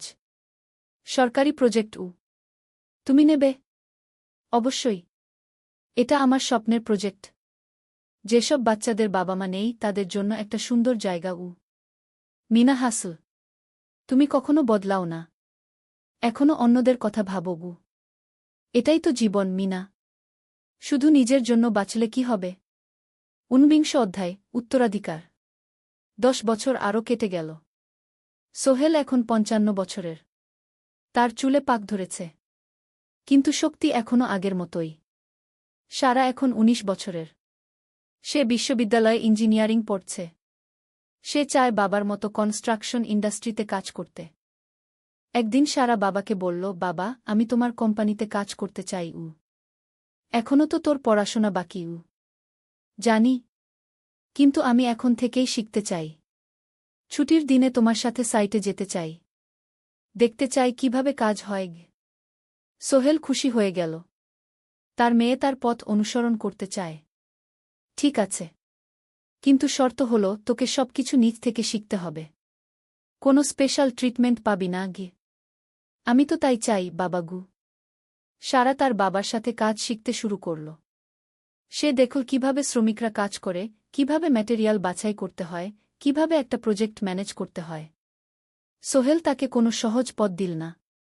সারাকেও সবার মতো কষ্ট করতে হল। সাইটে রোদে দাঁড়িয়ে থাকতে হল। শ্রমিকদের সাথে কথা বলতে হল। কিন্তু সারা হাল ছাড়ল না। সে তার বাবার মেয়ে। পরিশ্রম করতে জানে। 3 বছর পর সারা গ্রাজুয়েট হল। সে সোহেলের কোম্পানিতে জুনিয়র প্রজেক্ট ম্যানেজার হিসেবে যোগ দিল। সোহেল ধীরে ধীরে সারাকে বড় দায়িত্ব দিতে শুরু করল। সারা তার বাবার মতোই সৎ, পরিশ্রমী। ২০ অধ্যায়, সমাপ্তি নয়, নতুন শুরু। আরও ৫ বছর পর সোহেল এখন ৬০ বছরের। সে সিদ্ধান্ত নিল, এবার অবসর নেওয়ার সময় এসেছে। কোম্পানির দায়িত্ব সারাকে দেবে। একটা অনুষ্ঠান করা হল। সোহেল আনুষ্ঠানিকভাবে কোম্পানির চেয়ারম্যান পদ থেকে অবসর নিল। সারা হল নতুন ম্যানেজিং ডিরেক্টর। সোহেল তার বক্তব্যে বলল, আমি যখন এই শহরে এসেছিলাম আমার পকেটে ছিল মাত্র ৫,০০০ টাকা। একটা ছোট্ট ব্যাগ। আর অনেক স্বপ্ন। আজ ৪০ বছর পর আমি পেছনে ফিরে তাকাই, দেখি একটা দীর্ঘ পথ। সেই পথে অনেক কষ্ট ছিল, অনেক বাধা ছিল। কিন্তু ছিল অনেক ভালোবাসাও। অনেক মানুষের সাহায্যও। আমি বিশ্বাস করি সফলতা একা আসে না। এটা আসে অনেক মানুষের সমর্থন, ভালোবাসা আর বিশ্বাস নিয়ে। আমি যা কিছু অর্জন করেছি তা আমার একার না। এটা আমার পরিবারের, আমার কর্মচারীদের, আমার বন্ধুদের, সবার। আজ আমি আমার মেয়ে সারার হাতে এই দায়িত্ব তুলে দিচ্ছি। আমি জানি সে আমার চেয়ে ভালো করবে। কারণ সে শিখেছে আমার ভুল থেকে, আমার অভিজ্ঞতা থেকে। অনুষ্ঠান শেষ হল। সবাই চলে গেল। সোহেল আর মিনা অফিসে একা দাঁড়িয়ে রইল। মিনা, মনে আছে আমরা প্রথম কখন দেখা হয়েছিলাম? হ্যাঁ, তোমার সেই ছোট্ট মুদি দোকানে। তুমি বিস্কুট কিনতে এসেছিলে। কে ভেবেছিল সেই দিন থেকে আমাদের এই পর্যস্বপ্নের শহর। প্রথম অধ্যায়, যাত্রা শুরু। সকাল ৭টা বেজে গেছে। ঢাকার কমলাপুর রেলস্টেশনে মানুষের ভিড়। চারদিকে চা বিস্কুট বিক্রেতাদের চিৎকার, ট্রেনের হর্ন আর যাত্রীদের কোলাহল। এই বিশাল ভিড়ের মধ্যে একটা ছোট্ট ব্যাগ হাতে দাঁড়িয়ে আছে সোহেল। বয়স মাত্র ২২। গায়ের রং শ্যামলা, চোখে স্বপ্নের ঝিলিক। ভাইজা, চট্টগ্রামের টিকিট আছে? সোহেল টিকিট কাউন্টারের সামনে দাঁড়িয়ে জিজ্ঞেস করল। আছে। ৩০ টাকা। কাউন্টারের লোকটা উত্তর দিল। সোহেল তার পকেট থেকে টাকা বের করল। মোট ৫,০০০ টাকা। এই টাকা সে জমিয়েছে গত ৩ বছরে রিকশা চালিয়ে। তার স্বপ্ন ছিল চট্টগ্রাম গিয়ে একটা ভালো চাকরি পাওয়া। গ্রামে আর থাকতে চায় না সে। বাবা মারা গেছেন ১০ বছর আগে। মা আর ছোট বোন ঋতুকে নিয়ে সংসার চালাচ্ছিল রিকশা চালিয়ে। কিন্তু এভাবে তো আর সারা জীবন চলবে না। টিকিট কেটে সোহেল প্ল্যাটফর্মে এলো। ট্রেন ছাড়বে আর মাত্র ১৫ মিনিট পরে। সে একটা বেঞ্চে বসে পড়ল। ব্যাগটা বুকের কাছে চেপে ধরল। এই ব্যাগে আছে তার সব সম্পদ, কিছু কাপড়, একটা ছোট্ট ফটো ফ্রেমে বাবা মায়ের ছবি, আর কিছু টাকা। কোথায় যাচ্ছেন? পাশে বসা একজন বয়স্ক মানুষ জিজ্ঞেস করলেন। চট্টগ্রাম কাকা। চাকরি খুঁজতে যাচ্ছি। সোহেল বিনয়ের সাথে উত্তর দিল। ভালো। তবে শহরে সাবধানে থাকবেন। শহর মানে অনেক সুযোগ, কিন্তু অনেক ফাঁদও আছে। বয়স্ক লোকটা বললেন। সোহেল মাথা নাড়ল। সে জানে শহরের জীবন সহজ না। কিন্তু তার কোনো বিকল্প নেই। গ্রামে রিকশা চালিয়ে মাসে ৩,৫০০ টাকা আয় হতো। তার মধ্যে সংসার চালাতে হতো, বোনের স্কুলের খরচ দিতে হতো, মায়ের ওষুধের খরচ দিতে হতো। কিছুই বাঁচত না। আর এই জীবন থেকে বেরোনোর একটাই পথ, শহরে গিয়ে ভালো কাজ খুঁজে নেওয়া। সোহেল মনে মনে ভাবল তার বাবার কথা। বাবা ছিলেন একজন স্কুল শিক্ষক। খুব সৎ মানুষ ছিলেন। সবসময় বলতেন, সোহেল, তুই লেখাপড়া শিখে বড় মানুষ হবি। আমাদের পরিবারে আর কেউ বড় চাকরি করেনি। তুই করবি। কিন্তু বাবা যখন মারা গেলেন তখন সোহেল মাত্র এসএসসি পরীক্ষা দিয়েছে। ফলাফল ভালো হয়েছিল, জিপিএ অর্ধচতু। কিন্তু বাবার মৃত্যুর পর আর পড়া হল না। পরিবারের দায়িত্ব নিতে হল। ট্রেন ছাড়ল। সোহেল জানালার পাশে বসে বাইরে তাকাল। ধানক্ষেত, নদী, ছোট ছোট গ্রাম, সব পেছনে ফেলে ট্রেন এগিয়ে চল। সোহেলের মনে হল সে যেন তার পুরনো জীবনটাকেও পেছনে ফেলে আসছে। ট্রেনে একজন হকার এসে চা বিক্রি করছিল। সোহেল একটা চা কিনল। ১০ টাকা। চা খেতে খেতে সে ভাবছিল, চট্টগ্রাম পৌঁছে কি হবে? করিম মামা তাকে সাহায্য করবেন তো? চাকরি পাওয়া যাবে তো? করিম মামা আসলে সোহেলের খুব দূর সম্পর্কের মামা। সোহেলের দাদির বোনের ছেলে। অনেক বছর আগে গ্রাম ছেড়ে চট্টগ্রামে চলে গিয়েছিলেন। সেখানে একটা কনস্ট্রাকশন কোম্পানিতে কাজ করেন। বছরে একবার দুবার গ্রামে আসতেন। গত বছর যখন এসেছিলেন তখন সোহেলের মাকে বলেছিলেন সোহেলকে চট্টগ্রাম পাঠান। আমি একটা কাজের ব্যবস্থা করে দেব। সেই কথাতেই ভরসা করে সোহেল আজ এই যাত্রা। দ্বিতীয় অধ্যায়, নতুন শহর। চট্টগ্রাম পৌঁছাতে প্রায় 6 ঘণ্টা লেগে গেল। দুপুর 1টা বাজে। সোহেল স্টেশন থেকে বের হয়ে শহরের রাস্তায় দাঁড়াল। কি বিশাল শহর! এত গাড়ি, এত মানুষ। চারদিকে উঁচু উঁচু বিল্ডিং, দোকানপাট, মানুষের ভিড়। সোহেল কিছুক্ষণ দাঁড়িয়ে থাকল সব কিছু দেখতে দেখতে। তার মনে হচ্ছিল সে যেন অন্য কোনো পৃথিবীতে এসে পড়েছে। তার পকেটে একটা ছোট্ট কাগজ আছে। সেখানে লেখা একটা ঠিকানা, করিম মিয়া, বাড়ি নং 23, রোড নং 5, আগ্রাবাদ, চট্টগ্রামকে। সোহেল একটা রিকশা ডাকল। কত নেবেন আগ্রাবাদ যেতে? 50 টাকা গু। সোহেল রিকশায় উঠল। রাস্তার দুধারে দোকান, মার্কেট, অফিস, সব কিছু দেখতে দেখতে সে অবাক হয়ে গেল। এত বড় শহর, এত কিছু! গ্রামের সেই ছোট্ট বাজারের সাথে কোনো তুলনাই হয় না। প্রায় আধা ঘণ্টা পর রিকশা একটা পুরনো বাড়ির সামনে থামল। 3 তলা বাড়ি, কিন্তু রং উঠে গেছে। সিঁড়ি দিয়ে উঠে 3য় তলায় করিম মামার ফ্ল্যাটে নক করল। দরজা খুলল এক মধ্যবয়সী মহিলা। কে? আসসালামু আলাইকুম আপা। আমি সোহেল। নোয়াখালীর গ্রাম থেকে এসেছি। করিম মামা বাড়িতে আছেন? মহিলা তাকে মাথা থেকে পা পর্যন্ত দেখল। করিম তো অফিসে গেছে। তুমি কে?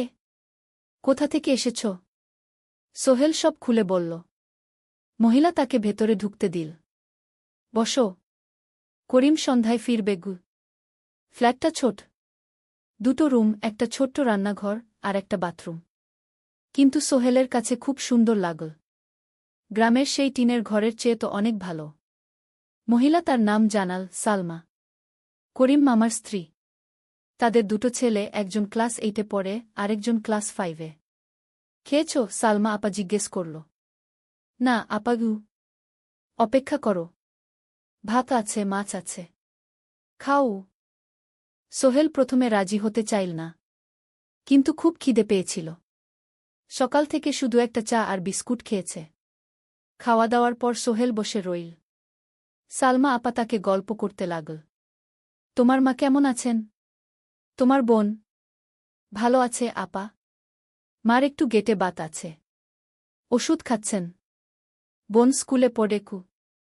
তুমি কি করতে চাও এখানে? চাকরি খুঁজছি আপা। যে কোনো কাজ করব। বাসায় মা আর বোনকে টাকা পাঠাতে হবে। সালমা আপা মাথা নাড়ল। করিম তোমার জন্য কিছু একটা করবে। সে ভালো মানুষ গ। সারাদিন অপেক্ষা করু সোহেল। সন্ধ্যা 6টায় করিম মামা ফিরলেন। 50-এর কাছাকাছি বয়স, কালো রঙের প্যান্ট শার্ট পরা, হাতে একটা ব্যাগ। আরে সোহেল, কবে এলি? করিম মামা খুশি হয়ে বললেন। আজ সকালে মামা গু। করিম মামা তাকে জড়িয়ে ধরলেন। অনেকদিন পর দেখলাম। কেমন আছিস? ভালো আছি মামা গি। ভালো করেছিস এসে। এখানে অনেক সুযোগ আছে। তোর জন্য একটা কাজের ব্যবস্থা করে দেব। তবে প্রথমে কয়েকদিন এখানে থাক। শহরটা একটু চিনে নে। তারপর কাজে যোগ দিবি। সোহেলের মনে আসার আলো জ্বল। সে ভাবল হয়তো তার ভাগ্য এবার পাল্টাবে। 3য় অধ্যায়, প্রথম চাকরি। 1 সপ্তাহ পরে করিম মামা সোহেলকে তার কোম্পানিতে নিয়ে গেলেন। কোম্পানির নাম আলামিন কনস্ট্রাকশন। অফিসটা শহরের কেন্দ্রে 5 তলা একটা বিল্ডিংয়ের দোতলায়। মালিক আলী সাহেব। 50-এর কাছাকাছি বয়স, মোটা চেহারা, চোখে সোনার ফ্রেমের চশমা। বড়লোক মানুষ, কিন্তু খুব কড়া। এই ছেলেটাকে কি কাজে লাগাবেন? আলী সাহেব করিম মামাকে জিজ্ঞেস করলেন। স্যার, ও আমার আত্মীয়। গ্রাম থেকে এসেছে। খুব পরিশ্রমী। যে কোনো কাজে লাগাতে পারেন। আলী সাহেব সোহেলের দিকে তাকালেন। তুমি কি পড়েছ? Sir, SSC pass. জিপিএ অর্ধচতু। হুম। ভালো। কম্পিউটার চালাতে পারো? না স্যার, পারি না। কিন্তু শিখতে চাই। আলী সাহেব একটু ভাবলেন। ঠিক আছে। তোমাকে অফিসের কাজে রাখব। ফাইল গুছানো, চা বানানো, কাগজপত্র নিয়ে যাওয়া না, এসব। মাসে 5,000 টাকা। রাজি আছো? জি স্যার। সোহেল খুশি হয়ে গেল। 5,000 টাকা। রিকশা চালিয়ে ৩,৫০০ পেত। এখানে ৫,০০০। কাজ শুরু হলো পরদিন থেকে। সকাল ৮টায় অফিসে যেতে হয়, ফিরতে হয় সন্ধ্যা ৭টায়। প্রথম দিন সোহেল ঘুম থেকে উঠল ভোর ৫টায়। তৈরি হয়ে ৭:৩০টায় অফিসের উদ্দেশ্যে বের হল। করিম মামার বাড়ি থেকে অফিস প্রায় ৫ কিলোমিটার। বাসে যেতে হয়। অফিসে পৌঁছে সোহেল দেখল সেই প্রথম আলী সাহেব এখনও আসেননি। অফিস খোলা ছিল না। ৮-১০ মিনিট পর একজন লোক এসে অফিস খুল। তুমি নতুন? জি। আমি সোহেল গু। আমি জাহিদ, অ্যাসিস্ট্যান্ট ম্যানেজার। এসো উ। জাহিদ ভাই সোহেলকে সব কিছু দেখাল। অফিসে মোট ৬ জন কর্মচারী। ২ জন ইঞ্জিনিয়ার, একজন অ্যাকাউন্ট্যান্ট, একজন অ্যাসিস্ট্যান্ট ম্যানেজার, জাহিদ ভাই, একজন রিসেপশনিস্ট, আর এখন সোহেল। সোহেলের কাজ শুরু হলো চা বানানো দিয়ে। তারপর অফিস পরিষ্কার করা, ফাইল গুছানো, কাগজপত্র এক জায়গা থেকে আরেক জায়গায় নিয়ে যাওয়া। কাজ কঠিন না, কিন্তু সারাদিন দৌড়ঝাঁপ করতে হয়। দুপুরে খাবারের জন্য আধা ঘণ্টা বিরতি। সোহেল একটা ছোট হোটেলে গিয়ে ভাতডাল তরকারি খেল। ৫০ টাকা। সন্ধ্যায় অফিস বন্ধ হল। সোহেল ক্লান্ত হয়ে বাসায় ফিরল। কেমন লাগল প্রথম দিন? করিম মামা জিজ্ঞেস করলেন। ভালো মামা। অনেক কিছু শিখলাম ঘ। প্রথম মাসের শেষে সোহেল বেতন পেল ৫,০০০ টাকা। সে ৩,০০০ টাকা মাকে পাঠাল। মা ফোনে কাঁদতে লাগলেন। আল্লাহ তোকে ভালো রাখুক সোহেল উ। সোহেলের চোখেও জল এল। তার মনে হল সে একটা বড় কাজ করতে পেরেছে। চতুর্থ অধ্যায়, শহরের জীবন। ৩ মাস কেটে গেল। সোহেল এখন শহরের সাথে মিশে গেছে। প্রতিদিন অফিসে যাওয়া আসার পথে সে দেখে হাজারো মানুষের জীবন। কেউ সফল, কেউ ব্যর্থ, কিন্তু সবাই চলছে নিজের পথে। সোহেল অফিসের কাজের পাশাপাশি কম্পিউটার শেখার চেষ্টা করছে। অফিসে একটা কম্পিউটার আছে। যখন কেউ ব্যবহার করে না, তখন সোহেল একটু একটু শিখার চেষ্টা করে। জাহিদ ভাই তাকে সাহায্য করেন।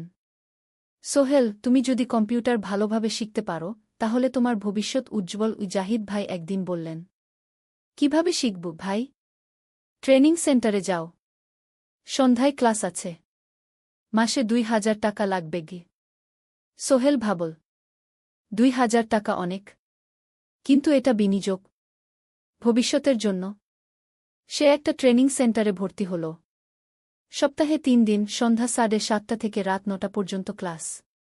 কম্পিউটারের basic, Word, Excel, PowerPoint, internet ব্যবহার। একদিন অফিস থেকে ফেরার সময় সোহেল একটা দোকানে চা খেতে গেল। দোকানের পাশেই একটা ছোট্ট মুদি দোকান। সেখানে একটা মেয়ে বসে আছে। বয়স হবে ২০-এর কাছাকাছি। সাদাসিধে চেহারা, সাদা শাড়ি পরা, কিন্তু চোখে এক ধরনের দৃঢ়তা। ভাইজা, এক প্যাকেট বিস্কুট দেন কি? সোহেল বলল। মেয়েটা বিস্কুট দিল। ২০ টাকা। সোহেল টাকা দিয়ে যাচ্ছিল, হঠাৎ মেয়েটা বলল, আপনি নতুন এসেছেন এই এলাকায়, তাই না? হ্যাঁ। ৩ মাস হল। কিভাবে বুঝলেন? আপনার চেহারা দেখেই বোঝা যায়। এখনও গ্রামের ছোঁয়া আছে। আর আপনি প্রতিদিন এই পথ দিয়ে যান। দেখেছি কি? মেয়েটা হাসল। সোহেলও হেসে ফেল। আপনি খুব পর্যবেক্ষক মনে হচ্ছে গি। জীবনে অনেক কিছু দেখেছি, তাই মানুষকে চিনতে শিখেছি গি। আপনার নাম? মিনা। এই দোকান আমার বাবার। উনি অসুস্থ, তাই আমি দেখছি গু। সেদিন থেকে সোহেল প্রায়ই সেই দোকানে যেতে শুরু করল। মিনার সাথে গল্প করত।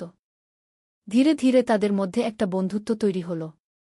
মিনাও তার জীবনের গল্প বলল। মিনার মা মারা গেছেন যখন সে মাত্র ৭ বছরের। বাবা আব্দুল হামিদ একা হাতে মিনাকে বড় করেছেন। মুদি দোকান দিয়ে সংসার চালান। মিনা কলেজে পড়ে, অনার্স সেকেন্ড ইয়ার। সকালে কলেজে যায়, দুপুরে ফিরে এসে দোকান সামলায়। বাবার হার্টের সমস্যা আছে, তাই ভারী কাজ করতে পারেন না। তোমার স্বপ্ন কি? একদিন সোহেল জিজ্ঞেস করল। গ্র্যাজুয়েশন শেষ করে একটা ভালো চাকরি করব। তারপর বাবাকে ভালো চিকিৎসা করাব। তুমি? আমিও চাকরি করে পরিবারকে ভালোভাবে দেখভাল করতে চাই। মা আর বোনকে নিয়ে শহরে আনব একদিন ঘু। দুজনেই নিজেদের স্বপ্নের কথা বলতে গিয়ে বুঝল তাদের স্বপ্ন অনেকটা একই রকম। পঞ্চম অধ্যায়, বিপদ। ৬ মাস কেটে গেল।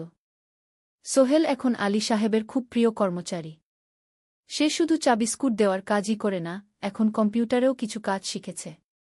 ছোটখাটো টাইপিং, ডেটা এন্ট্রি এসব করতে পারে।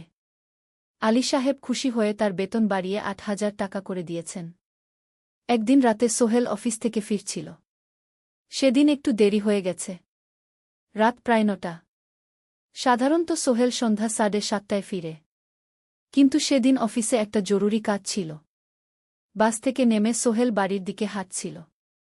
হঠাৎ একটা অন্ধকার গলিতে ৩ জন লোক তাকে ঘিরে ধরল। তাদের চেহারা দেখেই বোঝা যাচ্ছিল ভালো উদ্দেশ্য নিয়ে আসেনি। টাকা দে, তাড়াতাড়ি, একজন বলল। তার হাতে একটা ছুরি। সোহেল ভয় পেয়ে গেল। ভাই, আমার কাছে খুব কম টাকা আছে গি। যা আছে দে, তাড়াতাড়ি করো। সোহেল কাঁপতে কাঁপতে তার পকেট থেকে ৫ টাকা বের করে দিল। এই টাকা দিয়ে সে বাজার করবে ভেবেছিল। কিন্তু ছিনতাইকারীরা সন্তুষ্ট হল না। শুধু ৫ টাকা? তোর ব্যাগে কি আছে? তারা সোহেলের ব্যাগ কেড়ে নিল। ব্যাগে ছিল তার মোবাইল, কম্পিউটার ট্রেনিং সেন্টারের সার্টিফিকেট আর কিছু গুরুত্বপূর্ণ কাগজপত্র। না ভাই, ব্যাগটা ফেরত দেন। ওতে আমার জরুরি জিনিস আছে। মোবাইল নিয়ে নেন, কিন্তু ব্যাগটা দেন গু। কিন্তু ওরা শুনল না। একজন সোহেলকে জোরে ধাক্কা দিল। সোহেল পড়ে গেল। মাথা রাস্তার কংক্রিটে ধাক্কা লেগে গেল। রক্ত বের হল। ৩ জন দৌড়ে পালিয়ে গেল। কিছুক্ষণ সোহেল অজ্ঞান হয়ে পড়ে রইল। তারপর ধীরে ধীরে জ্ঞান ফিরল। মাথায় প্রচণ্ড ব্যথা। সে উঠে দাঁড়ানোর চেষ্টা করল, কিন্তু মাথা ঘুরছিল। কোনোমতে একটা দেয়াল ধরে দাঁড়াল। একজন পথচারী তাকে দেখে থামল। কি হয়েছে ভাই? ছিনতাই হয়েছে গি? এসো, আমি তোমাকে হাসপাতালে নিয়ে যাই। কিন্তু সোহেল রাজি হল না। না, ঠিক আছি, বাড়ি যেতে পারব। সে কোনোমতে করিম মামার বাড়িতে পৌঁছাল। দরজা খুলেই সালমা আপা চিৎকার করে উঠলেন। ও আল্লাহ! কি হয়েছে? করিম মামা দৌড়ে এলেন। সোহেলকে ভেতরে নিয়ে গেলেন।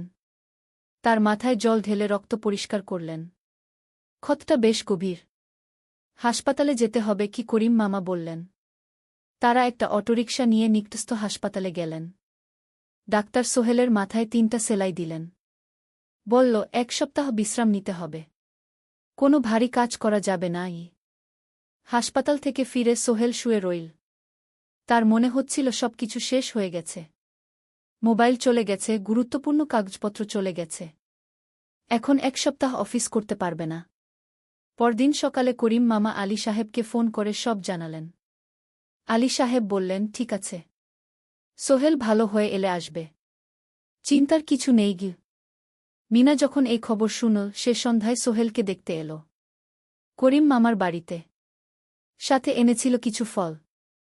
কি হয়েছিল? মিনা চিন্তিত গলায় জিজ্ঞেস করল। সোহেল সব বলল। মিনা রেগে গেল। এই শহরে এখন অনেক অপরাধ বেড়ে গেছে। পুলিশ কিছু করে না। তুমি পুলিশে রিপোর্ট করেছ? না, লাভ নেই। তবুও করা উচিত। তোমার মোবাইলটা হয়তো খুঁজে পাওয়া যাবে গি।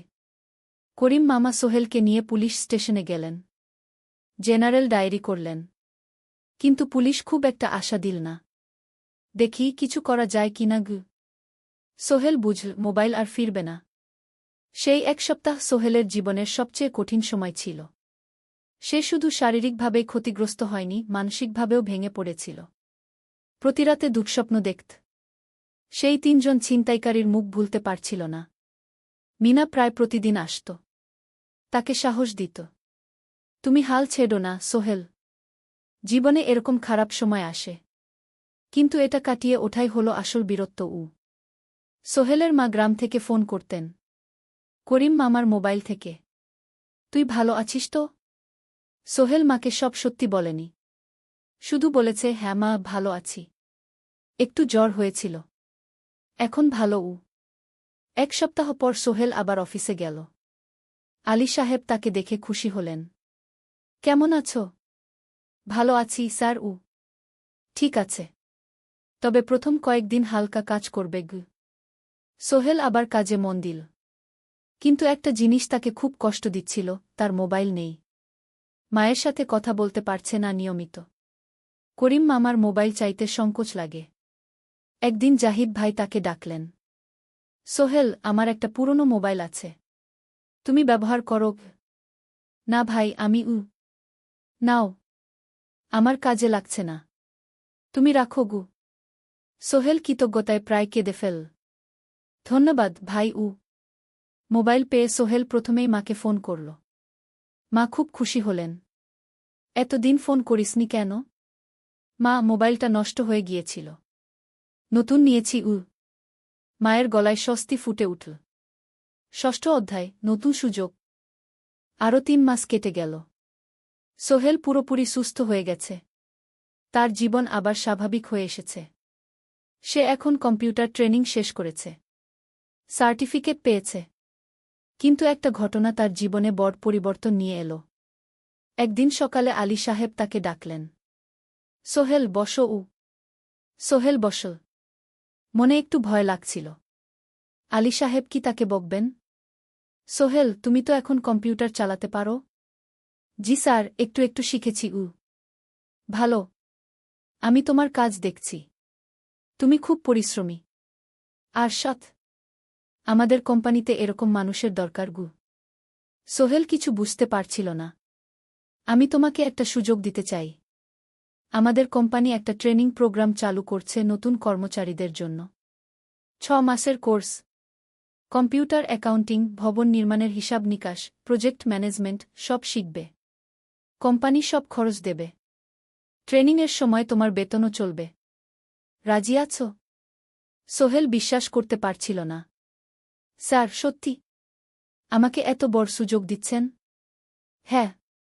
তুমি ভালো ছেলে, পরিশ্রমী। আমি তোমাকে এগিয়ে দিতে চাই।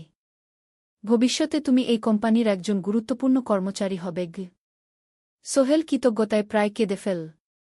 ধন্যবাদ স্যার, আমি কঠোর পরিশ্রম করব। আমি জানি। সেদিন সন্ধ্যায় সোহেল মিনার দোকানে গেল। মিনাকে খবরটা দিল। মিনা খুব খুশি হল। তার চোখে জল এসে গেল। তুমি পারবে সোহেল, আমি জানি। সোহেল তার মা আর বোনকেও ফোন করে খবরটা দিল। মা কাঁদতে লাগলেন। তোর বাবা বেঁচে থাকলে কত খুশি হতো। ট্রেনিং শুরু হলো পরের মাস থেকে। প্রতিদিন সকালে 3 ঘন্টা ক্লাস, তারপর বাকি সময় অফিসের কাজ। ক্লাসে 5 জন নতুন কর্মচারী। সবাই তরুণ, উৎসাহী। শিক্ষক ছিলেন একজন অভিজ্ঞ ইঞ্জিনিয়ার, নাম রহিম স্যার। তিনি খুব ভালোভাবে সব কিছু বুঝাতেন। কম্পিউটার, অ্যাকাউন্টিং, এক্সেলে জটিল ক্যালকুলেশন, প্রজেক্টের বাজেট তৈরি, সময় ব্যবস্থাপনা সব। সোহেল পুরো মনোযোগ দিয়ে শিখতে লাগল। সন্ধ্যায় বাড়ি ফিরে প্র্যাকটিস করত। করিম মামার ছেলের কাছ থেকে একটা ল্যাপটপ ধার নিত কখনো কখনো। 6 মাস পরে ট্রেনিং শেষ হল। সবাই সার্টিফিকেট পেল। আলী সাহেব একটা অনুষ্ঠান করলেন। সোহেল সেরা পারফর্মার হিসেবে একটা বিশেষ পুরস্কার পেল, 5,000 টাকা বোনাস। আলী সাহেব ঘোষণা করলেন, সোহেল, আজ থেকে তুমি আমাদের জুনিয়র অ্যাকাউন্ট অ্যাসিস্ট্যান্ট। তোমার বেতন 15,000 টাকা। সোহেল অবাক হয়ে গেল। 8,000 থেকে 15,000, প্রায় দ্বিগুণ। সেদিন রাতে সোহেল ঘুমাতেই পারল না। খুশিতে, উত্তেজনায় তার চোখে ঘুম নেই। সে ভাবল তার জীবন কিভাবে বদলে যাচ্ছে। 2 বছর আগে যে রিকশা চালাত, আজ সে একটা নামকরা কোম্পানির অ্যাকাউন্ট অ্যাসিস্ট্যান্ট। 7ম অধ্যায়, প্রেম ও প্রস্তাব। 1.5 বছর হয়ে গেল সোহেলের চট্টগ্রাম আসার। সে এখন একজন সফল যুবক। তার মা গ্রামে খুব খুশি। প্রতি মাসে সোহেল 10,000 টাকা পাঠায়। ছোট বোন ঋতু এখন কলেজে ভর্তি হয়েছে সোহেলের পাঠানো টাকায়। মায়ের চিকিৎসাও ভালোভাবে হচ্ছে। মিনার সাথে সোহেলের সম্পর্ক এখন আর শুধু বন্ধুত্ব নয়। দুজন দুজনকে ভালোবাসে। কিন্তু কেউ কাউকে সরাসরি বলার সাহস পায়নি। প্রতিদিন দেখা হয়, গল্প হয়, কিন্তু সেই একটা কথা বলা হয়ে ওঠে না। একদিন শুক্রবার ছুটির দিন। সোহেল মিনাকে বলল, আজ কি একটু ঘুরতে যাবে? কোথায়? পতেঙ্গা বিচ। তুমি কি কখনো গেছ? না। কিন্তু আমার দোকান। শুক্রবার। তোমার বাবা সামলাবে। মিনা রাজি হয়ে গেল। দুপুরে দুজনে বাস নিয়ে পতেঙ্গা গেল। সমুদ্র দেখে মিনা অবাক হয়ে গেল। কি সুন্দর। দুজনে বালিতে বসল। ঢেউয়ের শব্দ শুনতে শুনতে গল্প করছিল। হঠাৎ সোহেল বলল, মিনা, তোমার সাথে কিছু বলার ছিল। বলো। সোহেল একটা লম্বা শ্বাস নিল। তুমি জানো আমি তোমাকে ভালোবাসি। মিনা হাসল। তার চোখ ভিজে গেল। জানি। আমিও তোমাকে ভালোবাসি সোহেল। সোহেল অবাক হয়ে গেল। সত্যি? হ্যাঁ। অনেকদিন ধরেই জানি। তুমি আমার জীবনে এসে সব কিছু বদলে দিয়েছ। তোমার সাথে থাকলে আমার মনে হয় আমি যে কোনো কিছু করতে পারব। দুজনে কিছুক্ষণ চুপ করে বসে রইল। সমুদ্রের ঢেউ এসে পায়ে লাগছিল। সূর্য পশ্চিমে ঢলে পড়ছে। আকাশ লালকুমলা হয়ে গেছে। কিন্তু আমার বাবার সাথে কথা বলতে হবে কি? মিনা বলল। আমি তৈরি। যখন বলবে তখন বলবো। পরের সপ্তাহে সোহেল মিনার বাবার সাথে কথা বলল। আব্দুল হামিদ সাহেব প্রথমে একটু দ্বিধা করলেন। তুমি কোনো পরিবারের ছেলে? তোমার বাবা কি করতেন? সোহেল সব সত্যি বলল। তার বাবা ছিলেন স্কুল শিক্ষক। মারা গেছেন 10 বছর আগে। মা গ্রামে থাকেন। ছোট বোন কলেজে পড়ে। তুমি নিজে কি করো? আমি আলামিন কনস্ট্রাকশন কোম্পানিতে জুনিয়র অ্যাকাউন্ট অ্যাসিস্ট্যান্ট। মাসে 15,000 টাকা বেতন। আব্দুল হামিদ সাহেব ভাবলেন।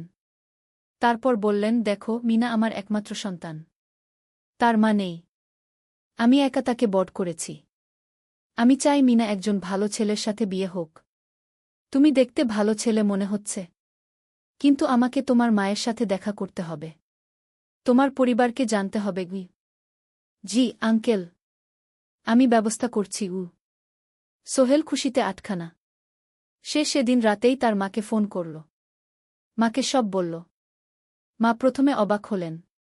তারপর খুশি হলেন। মিনা মেয়েটা কেমন? খুব ভালো মা।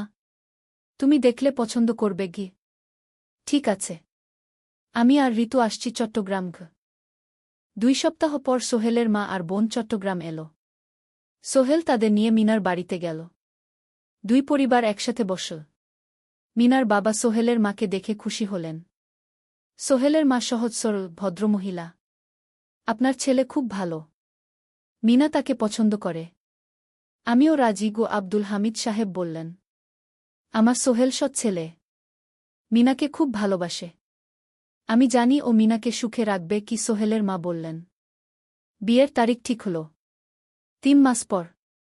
এই 3 মাসে সোহেল যথেষ্ট টাকা জমাবে। বিয়ে হবে সাদামাটা কিন্তু সুন্দর। 8ম অধ্যায়, নতুন পথ। 3 মাস কেটে গেল দ্রুত। সোহেল প্রতিদিন কঠোর পরিশ্রম করছিল। অফিসে তার কাজের প্রশংসা হচ্ছে। আলী সাহেব তাকে এখন ছোটখাটো প্রজেক্টের হিসাব দেখতে দিচ্ছেন। সোহেল তার সঞ্চিত টাকা দিয়ে বিয়ের আয়োজন করল। বিয়ে হল মিনার বাড়ির কাছের একটা কমিউনিটি সেন্টারে। খুব বেশি লোক আসেনি। 2 পরিবারের আত্মীয় স্বজন আর অফিসের কয়েকজন সহকর্মী। কিন্তু অনুষ্ঠান ছিল খুব সুন্দর। সোহেল যখন মিনাকে বিয়ের পোশাকে দেখল, তার মনে হল পৃথিবীর সবচেয়ে সুন্দর মেয়ে সে। লাল শাড়ি পরা, মুখে হালকা মেকআপ, কিন্তু তার স্বাভাবিক সৌন্দর্য ছিল আসল। বিয়ের পর সোহেল একটা ছোট্ট ফ্ল্যাট ভাড়া নিল। 2 রুমের ফ্ল্যাট, মাসে ভাড়া 5,000 টাকা। মিনা এখনও তার পড়াশোনা চালিয়ে যাচ্ছে। আরও 1 বছর বাকি গ্র্যাজুয়েশন শেষ হতে। সোহেলের মা আর বোন গ্রামে ফিরে গেল। মা বলে গেলেন, সোহেল, মিনাকে ভালো রাখিস। মেয়েরা অনেক ত্যাগ করে সংসার করতে। জানি মা। নতুন জীবন শুরু হল। সোহেল সকালে অফিসে যায়, সন্ধ্যায় ফেরে। মিনা সকালে কলেজে যায়, দুপুরে ফিরে রান্না করে, ঘর গোছায়। সন্ধ্যায় দুজনে একসাথে বসে পড়াশোনা করে, গল্প করে, টিভি দেখে। জীবন সুন্দর ছিল। কিন্তু চ্যালেঞ্জও ছিল। মাসিক খরচ, ভাড়া 5,000, বাজার 3,000, বিদ্যুৎ গ্যাস 1,000, মায়ের জন্য 5,000, মিনার কলেজের খরচ 1,200। মোট প্রায় 14,000 টাকা। বাঁচত মাত্র 1,000 খানেক। কিন্তু সোহেল হাল ছাড়ল না। সে সন্ধ্যায় একটা কম্পিউটার ট্রেনিং সেন্টারে পার্ট টাইম পড়ানো শুরু করল। সপ্তাহে 3 দিন 2 ঘন্টা করে। এতে মাসে আরও 3,000 টাকা আসতে লাগল। মিনাও বসে থাকল না। সে বাড়িতে বসে কয়েকজন স্কুলের ছাত্রছাত্রীকে টিউশন পড়াতে শুরু করল। মাসে ২,০০০ টাকা আয়। এভাবে কেটে গেল ৬ মাস। দুজন মিলে পরিবার চালাচ্ছে, স্বপ্ন দেখছে। একদিন সোহেল বলল, মিনা, আমি একটা নতুন স্বপ্ন দেখছি গু। কি? আমি নিজে একটা ছোট্ট কনস্ট্রাকশন কোম্পানি খুলতে চাই। ছোট ছোট প্রজেক্ট নেব। বাড়ি মেরামত, ছোট বিল্ডিং বানানো, এসব। তোমার কি যথেষ্ট অভিজ্ঞতা আছে? আছে। আমি ২ বছর ধরে এই কাজের সাথে জড়িত। অনেক কিছু শিখেছি। আর আলী সাহেবও আমাকে সাহায্য করবেন গু। কিন্তু টাকা কোথায়? কোম্পানি খুলতে তো অনেক টাকা লাগবে গি। আমি জমাচ্ছি। আরও ১ বছর কাজ করব। তারপর চেষ্টা করব। মিনা তাকে সমর্থন দিল। তুমি পারবে। তোমার মধ্যে সেই শক্তি আছে গি। নবম অধ্যায়, চ্যালেঞ্জের সময়। কিন্তু ভাগ্য সবসময় অনুকূলে থাকে না। সোহেল যখন স্বপ্ন দেখছিল নিজের কোম্পানি খোলার, তখনই একটা বড় সমস্যা এলো। আলী সাহেবের কোম্পানি একটা বড় প্রজেক্ট পেয়েছিল। একটা ১০তলা বিল্ডিং বানানোর কাজ। কিন্তু প্রজেক্টের প্রধান ইনভেস্টর হঠাৎ পালিয়ে গেল। তিনি কোম্পানির কাছ থেকে প্রায় ৫০ লাখ টাকা নিয়ে গেছেন, কিন্তু কাজ শেষ হয়নি। কোম্পানি বড় ক্ষতির মুখে পড়ল। আলী সাহেব অনেক কর্মচারীকে ছাঁটাই করতে বাধ্য হলেন। প্রায় ১০ জনকে চাকরি থেকে বাদ দিলেন। বাকিদের বেতন কমাতে হল। সোহেলকে আলী সাহেব ডেকে বললেন, সোহেল, আমি তোমাকে রাখতে চাই। তুমি বিশ্বস্ত কর্মচারী। কিন্তু তোমার বেতন কমাতে হবে। ১৫,০০০ থেকে ১০,০০০। সোহেল মনে মনে চিন্তায় পড়ে গেল। ১০,০০০ টাকায় সংসার চলবে কিভাবে? মায়ের খরচ, ভাড়া, বাজার সব মিলিয়ে তো ১৪,০০০ টাকা লাগে। কিন্তু সে কিছু বলল না। ঠিক আছে স্যার। বাড়ি ফিরে সোহেল মিনাকে সব বলল। মিনা চিন্তিত হয়ে গেল। এখন কি হবে? চিন্তা করো না। আমি পার্ট টাইম টিউশনির সময় বাড়াব। আর তুমিও বেশি করে টিউশন নাও। কিন্তু আমার তো পড়াশোনাও আছে গি। জানি। কিন্তু এখন এটাই করতে হবে গু। সোহেল সন্ধ্যায় আরও ২টো জায়গায় পার্ট টাইম কাজ খুঁজল। একটা দোকানে সন্ধ্যায় হিসাব দেখার কাজ পেল। মাসে ২,০০০ টাকা। আরেকটা জায়গায় সপ্তাহান্তে কম্পিউটার রিপেয়ারের কাজ পেল। মাসে ১,৫০০ টাকা। মিনাও ৩ জন নতুন স্টুডেন্ট নিল টিউশনে। তার আয় বাড়ল ২,০০০ থেকে ৩,৫০০। কঠিন সময় ছিল। সোহেল সকাল ৮টায় অফিসে যেত, সন্ধ্যা ৬টায় ফিরত। তারপর একটু বিশ্রাম নিয়ে ৭:৩০টায় বের হতো পার্ট টাইম কাজে। রাত ১০টায় বাড়ি ফিরত। রবি সোমবার কম্পিউটার রিপেয়ারের কাজ। মিনাও সকালে কলেজে যেত, দুপুরে ফিরে রান্না করত, তারপর বিকেলে টিউশন পড়াত। রাতে খাওয়া দাওয়ার পর পড়াশোনা করত। দুজনেরই শরীর খারাপ হতে শুরু করল। সোহেল একদিন অফিসে অজ্ঞান হয়ে পড়ে গেল। ডাক্তার দেখাতে নিয়ে গেল। ডাক্তার বলল, অতিরিক্ত পরিশ্রম। শরীরে পুষ্টির অভাব। ঠিকমতো খাচ্ছেন না মনে হচ্ছে গি। সত্যি কথা, খরচ বাঁচাতে সোহেল আর মিনা অনেক সময় কম খেত। মাংস মাছ কিনত সপ্তাহে একদিন। বাকি সময় শাকসবজি, ডাল। মিনা সোহেলকে বলল, আর নয় সোহেল। তুমি এভাবে নিজেকে শেষ করে ফেলছ। আমার পড়াশোনা বন্ধ করে দিই। আমি ফুল টাইম চাকরি করি গি। না, সোহেল জোর দিয়ে বলল। তোমার পড়াশোনা বন্ধ হবে না। আরও মাত্র ৬ মাস বাকি। তুমি গ্রাজুয়েট হবেই গি। কিন্তু তুমি। আমি ঠিক হয়ে যাব। চিন্তা করো না গে। কিন্তু পরিস্থিতি আরও খারাপ হলো যখন সোহেলের মায়ের অসুখ হল। হার্টের সমস্যা। হাসপাতালে ভর্তি করতে হল। খরচ ৫০,০০০ টাকা। সোহেলের হাতে এত টাকা কোথায়? সে করিম মামার কাছে ধার চাইল। করিম মামা ২০,০০০ টাকা দিলেন। বাকি ৩০,০০০ টাকা সোহেল একটা এনজিও থেকে ঋণ নিল। সুদের হার মাসে ২%। মায়ের চিকিৎসা হল। তিনি সুস্থ হয়ে গেলেন। কিন্তু সোহেল এখন ঋণের বোঝায় পড়ে গেল। প্রতি মাসে ৩,০০০ টাকা করে কিস্তি দিতে হবে। সেই রাতে সোহেল আর মিনা বিছানায় শুয়ে কথা বলছিল। সোহেল বলল, মিনা, আমি মনে হয় ভুল করেছি। শহরে এসে বিয়ে করে তোমাকে কষ্টে ফেলেছি গু। মিনা তার হাত ধরল। না সোহেল, তুমি ভুল করনি। জীবনে এরকম খারাপ সময় আসে। কিন্তু এটা কাটিয়ে ওঠাই হলো আসল শক্তি। আমরা একসাথে আছি। একসাথে থাকব। সবকিছু ঠিক হয়ে যাবে। মিনার কথায় সোহেল একটু সাহস পেল। হ্যাঁ, হাল ছাড়া যাবে না। 10ম অধ্যায়, আলোর দিকে। 3 মাস পরে পরিস্থিতি একটু ভালো হতে শুরু করল। আলী সাহেবের কোম্পানি একটা নতুন প্রজেক্ট পেল। একটা স্কুল বিল্ডিং বানানোর কাজ। কোম্পানি আবার স্থিতিশীল হতে শুরু করল। আলী সাহেব সোহেলকে ডেকে বললেন, সোহেল, আমি তোমার কঠোর পরিশ্রম দেখেছি। খারাপ সময়েও তুমি কোম্পানি ছেড়ে যাওনি। আমি কৃতজ্ঞ। আজ থেকে তোমার বেতন আবার 15,000 টাকা। সোহেল খুশি হয়ে গেল। ধন্যবাদ স্যার। মিনাও গ্র্যাজুয়েশন শেষ করল। ভালো ফলাফল করল। সে এখন চাকরি খুঁজছে। একদিন মিনা একটা প্রাইভেট স্কুলে শিক্ষিকার ইন্টারভিউ দিতে গেল। ইন্টারভিউ ভালো হল। তাকে নিযোগ দেওয়া হল। বেতন 12,000 টাকা। সেদিন সন্ধ্যায় দুজনে মিলে একটা ছোট্ট পার্টি করল। একটা বিরিয়ানি কিনল, কোমল পানীয় কিনল। দুজনে মিলে খেল। আমরা পেরেছি, সোহেল মিনা বলল। হ্যাঁ, আমরা পেরেছি গু। এখন দুজনের মিলিয়ে আয় 27,000 টাকা। খরচ চালানোর পর প্রায় 10,000 টাকা বাঁচে। সোহেল এই টাকা দিয়ে লেন শোধ করতে শুরু করল। পার্ট টাইম কাজগুলো ছেড়ে দিল। শরীরের যত্ন নেওয়া শুরু করল। আরও 6 মাস পরে সোহেলের কাছে একটা বড় সুযোগ এল। আলী সাহেব একদিন তাকে ডাকলেন। সোহেল, তুমি কি নিজের ব্যবসা করতে চাও?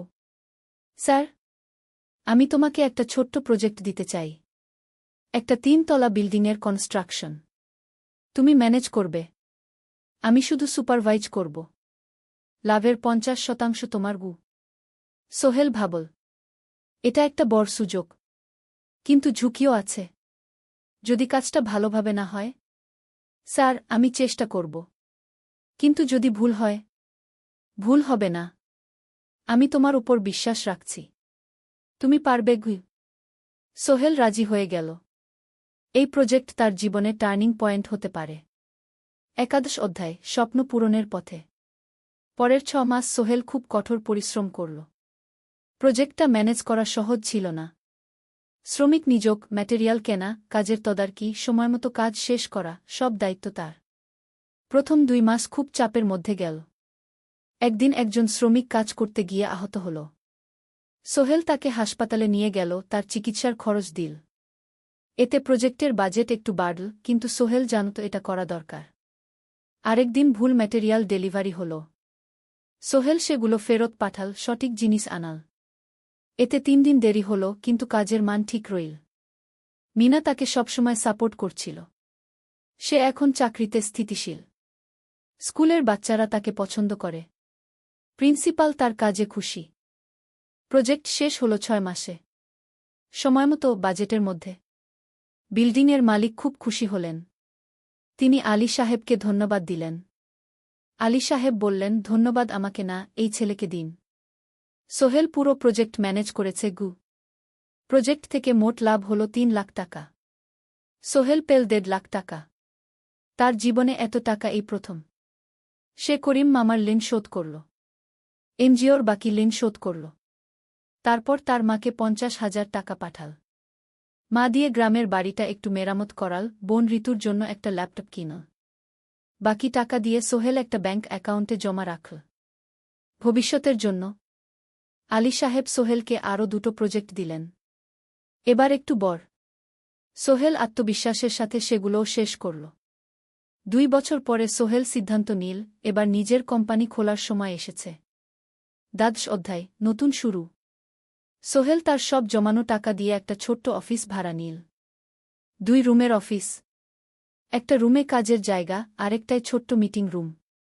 অফিসের সামনে একটা বোর্ড লাগাল, Sohel construction and development. Mina তাকে সাহায্য করছিল। সে অফিসের অ্যাকাউন্টস দেখত সন্ধ্যায় স্কুল থেকে ফিরে। দুজন মিলে একটা টিম। প্রথমে ছোট ছোট কাজ নিল। বাড়ি মেরামত, দোকান সংস্কার, ছোট বিল্ডিং কনস্ট্রাকশন।